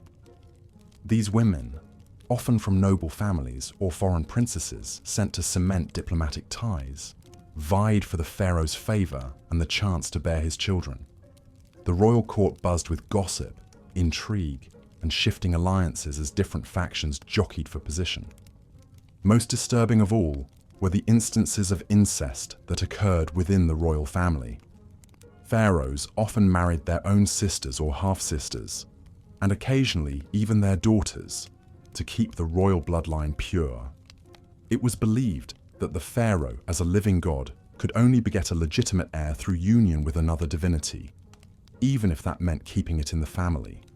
This practice may have contributed to genetic disorders and abnormalities in some royal offspring. Of course, not all royal siblings married each other. Some rivalries between princes and princesses burned red hot, exploding into murderous power grabs. Take, for example, the suspected plot by Ramses III's secondary wife Tiye to assassinate the pharaoh and install her own son, Pentawere, on the throne instead of the chosen Crown Prince Ramses IV. Ancient papyrus court records paint a chilling picture of a harem conspiracy that ended in convictions and executions. Even the legendary Cleopatra VII, last of the Ptolemaic dynasty, was no stranger to ruthless family rivalries. She allegedly had her own younger sister Arsinoe IV murdered to solidify her claim to the throne. In a world where royal blood was both a ticket to power and a reason to be eliminated by one's rivals, perhaps the frequent depictions of the pharaoh smiting his enemies take on an even darker meaning.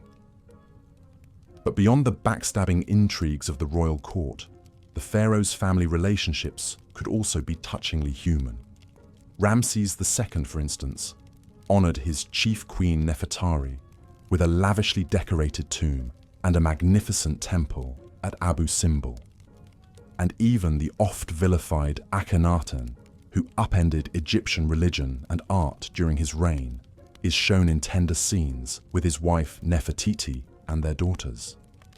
In the end, perhaps these familial bonds offered a bit of solace and sanity in the gilded cage of the royal palace.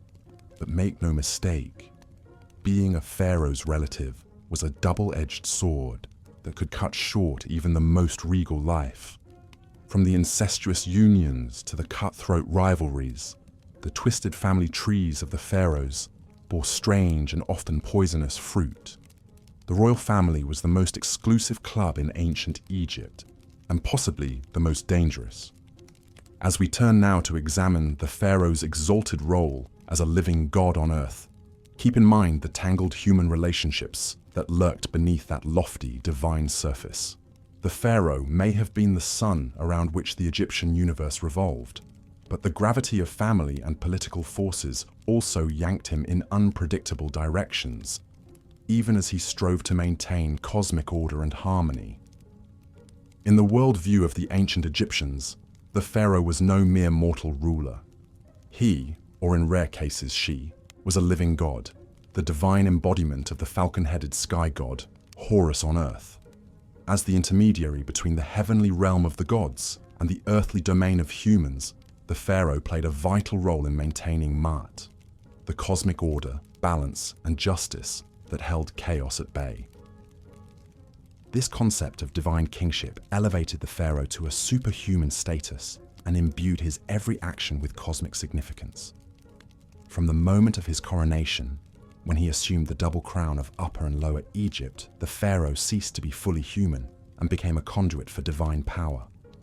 His word was law, his decrees were the will of the gods, and his very being was sacrosanct. One of the most visible manifestations of the pharaoh's divinity were the sprawling temple complexes that dotted the land. These weren't just places of worship, they were the earthly mansions of the gods, where the pharaoh performed sacred rituals to maintain the vital link between the human and divine spheres. The grandest of these temples, like the Karnak complex in Thebes or the Luxor temple downstream, were cities unto themselves, bustling with priests, craftsmen, and servants, all dedicated to serving the pharaoh god. Within these sacred precincts, the pharaoh would make offerings, recite incantations, and perform elaborate ceremonies to appease the gods and ensure the continued flow of divine blessings. The most important of these rituals was the daily rebirth of the sun, in which the pharaoh metaphorically merged with the sun god Ra to be reborn anew each morning. By participating in this endless cycle of death and renewal, the pharaoh helped to sustain the very fabric of the cosmos. But the pharaoh's divine status wasn't just a religious concept. It had far-reaching implications for Egyptian society and politics as well. As a living god, the pharaoh had absolute authority over his subjects. His word was law, and his commands were not to be questioned. Obedience to the pharaoh was equated with piety, and rebellion against him was tantamount to sacrilege. This godlike power could be intoxicating and some pharaohs took their divine status to disturbing extremes. Perhaps the most notorious example was Amenhotep IV, better known as Akhenaten, who upended centuries of Egyptian religious tradition by proclaiming the sun disk Aten as the one true god and himself as its sole prophet. In a burst of religious fervor, Akhenaten ordered the names and images of other gods to be erased, closed their temples, and even moved the capital to a remote desert site he called Akhenaten, or Horizon of the Aten. While Akhenaten's religious revolution was short-lived, it showcased the immense power and influence a pharaoh could wield as a divine ruler.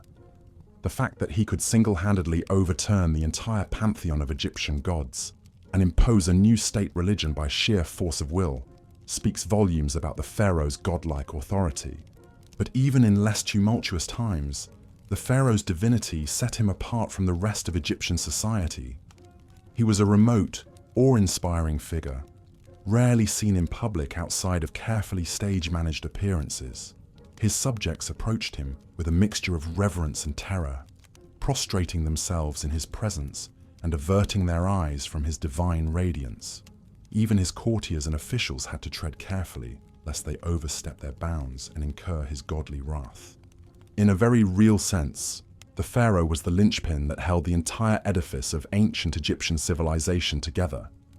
As long as he performed his divine duties and maintained Ma'at, the cosmic order, all was well.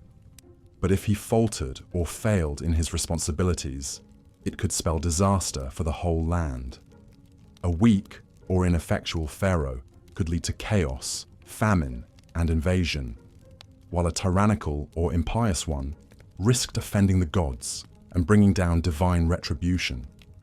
It's no wonder then that the Egyptians invested so much time, labor, and resources into exalting and glorifying their pharaohs.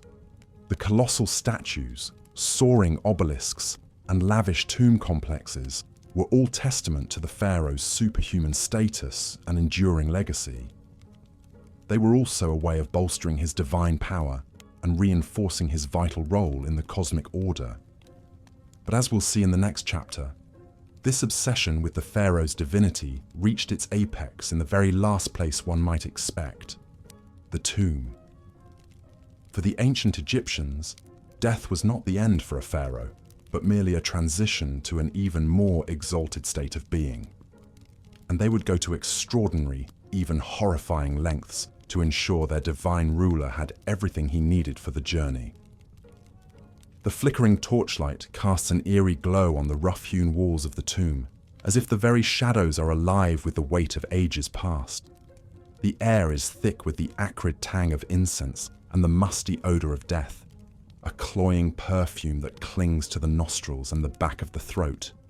Deeper and deeper we descend into the very bowels of the earth, following in the footsteps of the pharaoh on his final journey into the afterlife. For the ancient Egyptians, death was not something to be feared, but rather a doorway to a new and glorious existence. They believed that life on earth was but a brief prelude to an eternal hereafter, where the deceased would dwell in paradise with the gods, feasting and making merry for all eternity. But to achieve this blessed state, one had to be properly prepared, both spiritually and materially. And no one was better prepared for the afterlife than the pharaohs. From the moment they ascended the throne, they began planning for their eventual demise with a single-minded focus that bordered on the obsessive. Vast resources were poured into the construction of their tombs and funerary temples, veritable cities of the dead that would serve as their eternal abodes. The most iconic of these, of course, are the Great Pyramids that loom over the Giza Plateau. These monumental structures, built during the Old Kingdom, were more than just tombs. They were cosmic engines, designed to launch the pharaoh's soul into the heavens to take its place among the stars. The pyramid's smooth, sloping sides were meant to evoke the primordial mound of creation, while its precise alignment to the cardinal points mirrored the order and symmetry of the cosmos itself. But even more vital than the tomb itself was the complex process of preparing the pharaoh's body for the afterlife.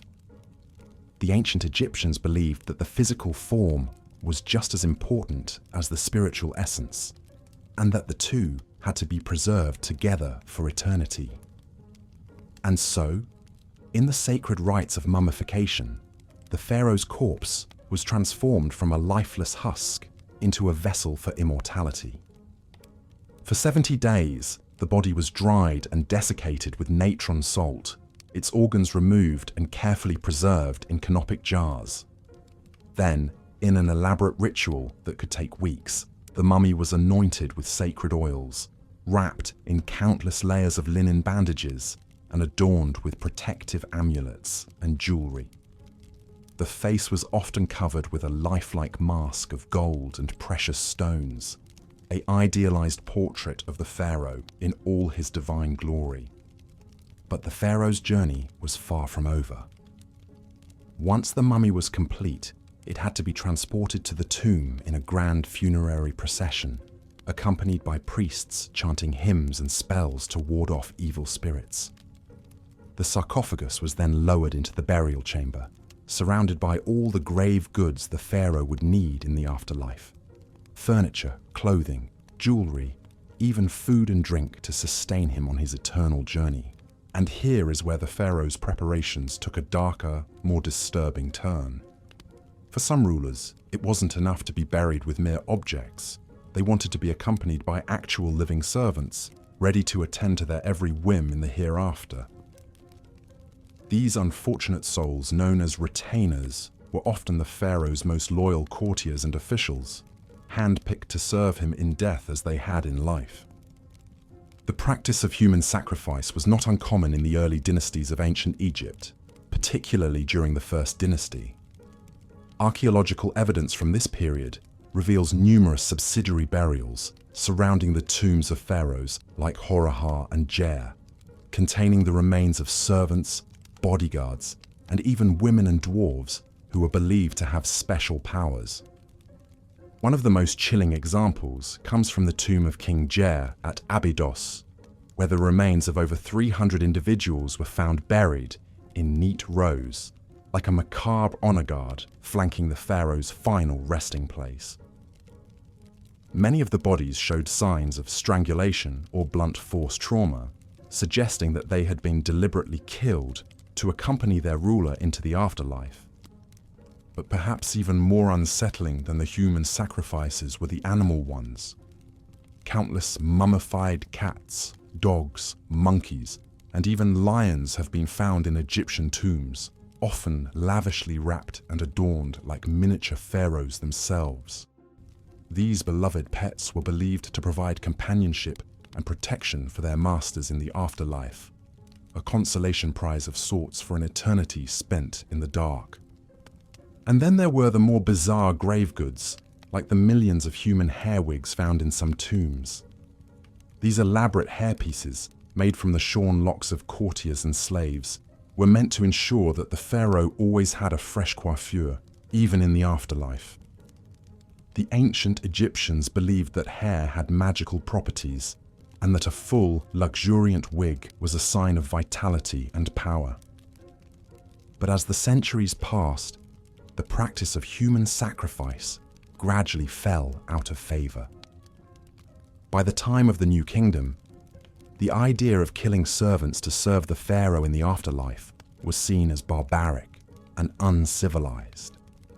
Instead, the Egyptians turned to more symbolic methods, like placing Shabti figurines in the tomb, to magically come to life and perform menial tasks for the deceased. Yet even as the physical sacrifices faded away, the psychological toll of the pharaoh's obsession with the afterlife remained. The vast resources and manpower poured into their tombs and funerary cults siphoned away wealth and labor from the living, while the idea of a ruler who could command obedience even in death cast a long shadow over Egyptian society. And in the end, for all their elaborate preparations and precautions, the pharaohs could not escape the ravages of time and tomb robbers.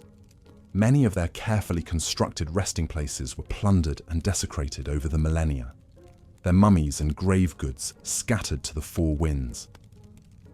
In a bitter irony, the very measures they took to ensure their immortality ended up being their undoing. But even in death, the pharaohs continue to fascinate and horrify us in equal measure.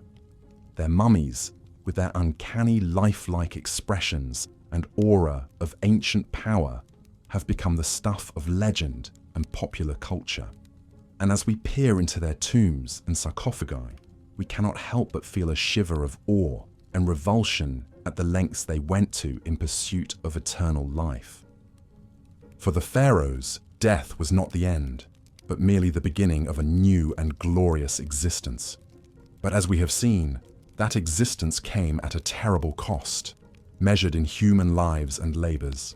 And in the end, perhaps the most disturbing thing about the pharaohs' afterlife obsession is not what it says about them, but what it says about us, and our own deep-seated fears and fascinations with the great beyond.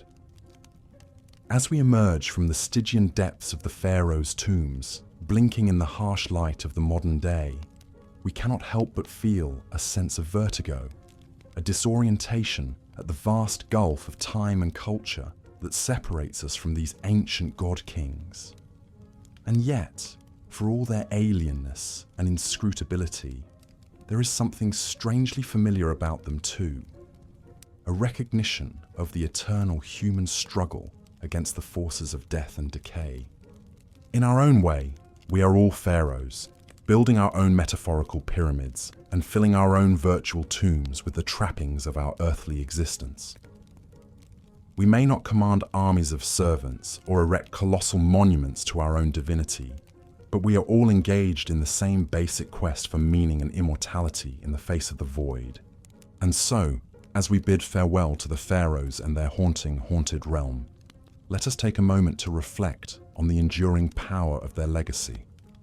For all their flaws and foibles, these ancient rulers left an indelible mark on human history and the human imagination, one that continues to resonate down through the ages.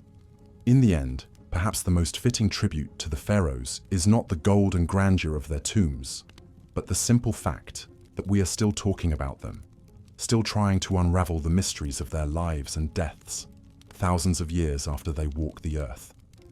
In a way, they have achieved the very thing they sought so desperately in life, a kind of immortality, a persistence in memory and myth that transcends the bounds of time and space. And so, let us raise a metaphorical glass to the pharaohs, those strange and terrible demigods who ruled over the sands of Egypt so long ago. May they rest in peace, secure in the knowledge that their names and deeds will never be forgotten, as long as there are those who seek to peer into the shadows of the past and grapple with the eternal questions of life, death, and what lies beyond. As we've seen, the pharaohs of ancient Egypt lived lives of luxury, power, and religious devotion unparalleled in the ancient world. But for all their godlike status and opulence, one disquieting fact remained. Even the great pharaohs could not escape the inevitability of death. And it was their obsessive preparations for the afterlife that would come to dominate much of their time, resources, and labor during their reigns. The Egyptian preoccupation with death and what lay beyond stemmed from their belief in an eternal afterlife. They envisioned a paradise where they would continue to live as they had on earth, engaging in the same daily routines and pastimes. But to achieve this immortality, great pains had to be taken to preserve the body and provide all the necessities the deceased pharaoh would need. This is where the famous Egyptian practice of mummification comes in. The elaborate process could take up to 70 days and involved removing internal organs, drying out the body with natron salt, and wrapping it in layers of linen. Performed by skilled embalmers, mummification was a vital step to ensure the pharaoh's body would remain intact for the afterlife. But a well-preserved mummy wasn't enough. The eternal pharaoh would also need food, clothing, furniture, jewelry, and entertainment to sustain and occupy them. enter the grave goods.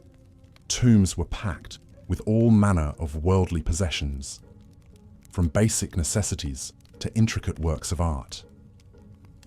The famous golden death mask of Tutankhamun is just one example of the literal treasures the pharaohs took with them.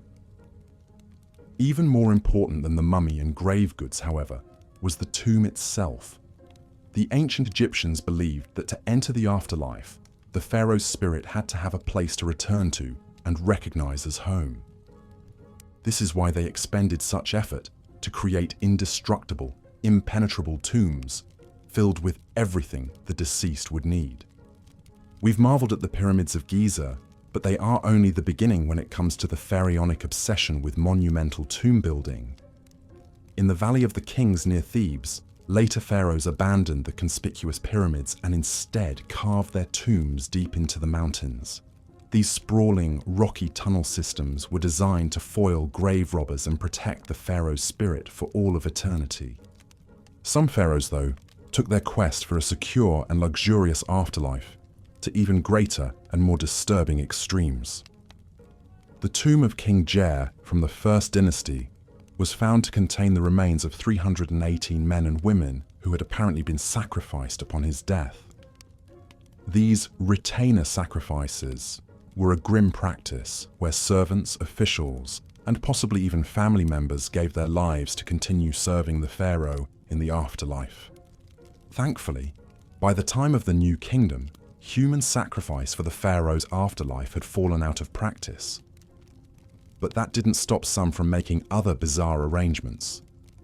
Amenhotep II was found buried with millions of human hair wigs, while Ramses II was interred with his beloved pet cat. Even in death, it seems, the pharaohs were loath to give up the extravagant trappings of their divine earthly existence. Of course, for all their painstaking plans and precautions, many pharaonic tombs were looted over the centuries. The fabulous treasures of Tutankhamun's tomb only survived because it was lost and forgotten. But that doesn't take away from the fascinating and, yes, disturbing lengths the pharaohs went to in their quest to cheat death and ensure their immortality. Their tombs, mummies, and the priceless relics interred with them have given us an unparalleled glimpse into one of history's most captivating and enduring cultures. And the mummies of the mighty pharaohs are still yielding their secrets today thanks to modern archaeological science.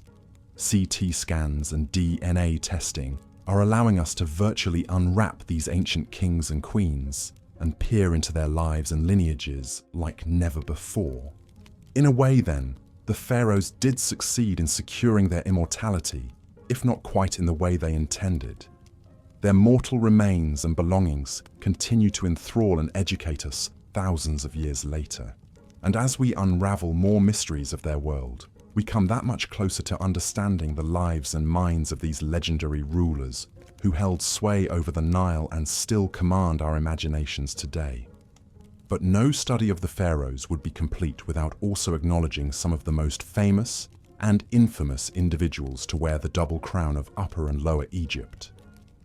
Legendary names like Ramses the Great, the indomitable Hatshepsut, the sun-worshipping iconoclast Akhenaten, and the bewitching Cleopatra still conjure vivid images and have come to define our popular conceptions of Egyptian royalty.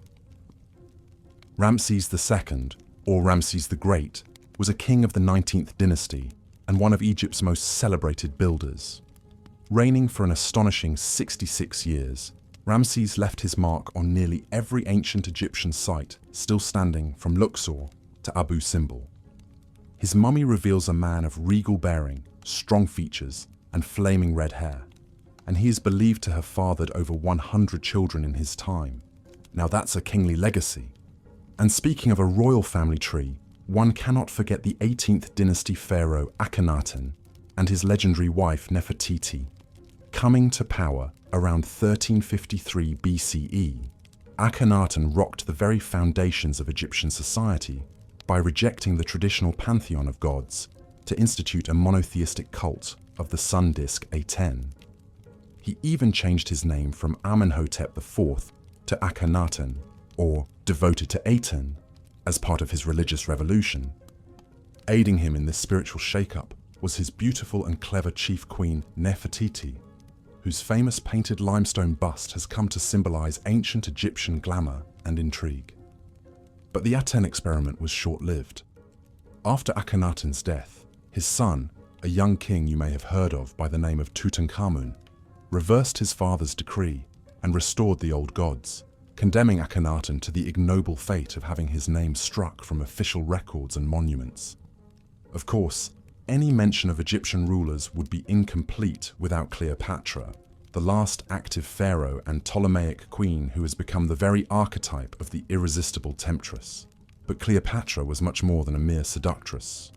She was a brilliant politician, speaker of 9 languages, and a shrewd strategist who captivated the likes of Julius Caesar and Mark Antony. Though her reign ended with the fall of Egypt to Rome, Cleopatra's legend has only grown in the centuries since. These towering figures are just a sampling of the remarkable personalities that make up the saga of ancient Egypt's god-kings and queens. Each of their lives contains enough drama, intrigue, and colour to fill volumes. But they all embodied, in one way or another, the fascinating paradox of the pharaoh, a mortal who would be God, with one foot in the earthly realm and the other in eternity.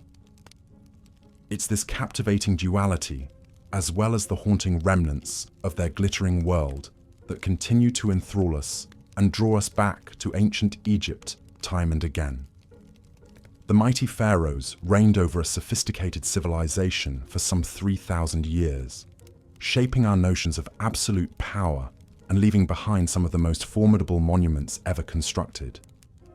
But in the end, like all of us, they too were mortal, and no amount of gold or godhood could shield them from the fate that awaits us all. Within their tombs, temples, and mummies, they left tantalizing hints of their larger-than-life existence, shot through with the universal human hopes and fears we can all recognize. And that, perhaps, is their greatest legacy of all, the eternal reminder that even the most exalted among us desire nothing more than to be remembered. As we close this chapter on the lives of the pharaohs, take a moment to reflect on all we've uncovered, the sacred and the profane, the awe-inspiring and the unsettling. These ancient god-kings have much to teach us still about power, belief, legacy, and the enduring fascination of a long-lost world we are only beginning to understand. The mighty pharaohs, in all their dazzling, dramatic, and disturbing glory, will never cease to captivate us, inviting us to unravel the mysteries of their age and our own. And the inquiring mind will always heed the call to wade deeper into the past, where these legendary rulers await with their eternal secrets. As we've seen, the ancient Egyptian pharaohs lived lives of incredible power and privilege, but also darkness and brutality. From their opulent palaces to their obsessive preparations for the afterlife, these divine rulers shaped every aspect of their kingdom's culture, religion, and history. Even today, thousands of years later, the pharaohs continue to captivate us with their larger-than-life personalities, their monumental building projects, and the enduring mysteries they left behind. New discoveries and advanced scientific techniques are allowing us to unravel their secrets like never before. From the familial relationships revealed by DNA testing of mummies to the complex trade networks traced through isotope analysis. Yet the more we learn about the pharaohs, the more we realize how much we still don't know. What was the true nature of their relationships with their queens and children? How did they really wield their immense power behind closed palace doors? What did they believe would await them in the afterlife they spent so much time and effort preparing for? These questions may never be fully answered, but that's part of what keeps us so endlessly fascinated by these towering figures of history. In a way, the pharaohs achieved their dream of immortality, not just through their elaborate tombs and mummification rituals, but through the indelible mark they left on the human imagination.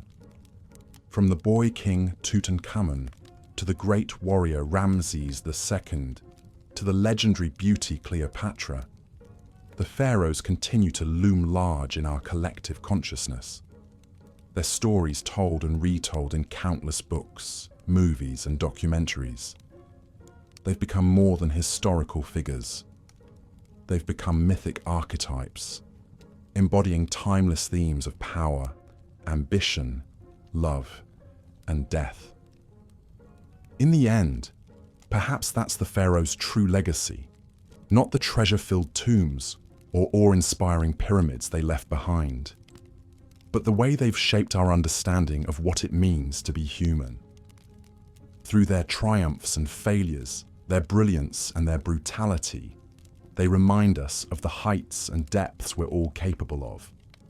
The eternal human struggle to leave our mark on the world and grapple with our own mortality. So the next time you see an image of a pharaoh, whether it's the iconic death mask of Tutankhamun or a faded hieroglyph carved into an ancient temple wall, take a moment to reflect on the complex, fascinating, and often disturbing world they inhabited. And remember that even the mightiest among us are ultimately subject to the same fundamental questions and challenges that have defined the human experience for millennia. Thank you for joining me on this journey through the lives of the ancient Egyptian pharaohs. I hope you found it as enlightening and captivating as I have. If you enjoyed this video, please consider leaving a like and subscribing to the channel for more deep dives into the most fascinating chapters of human history. Ones that just might change the way you think about your own place in the grand sweep of time. Until next time, sweet dreams of sandy dunes, shimmering Nile waters, and golden burial masks gleaming in the dark.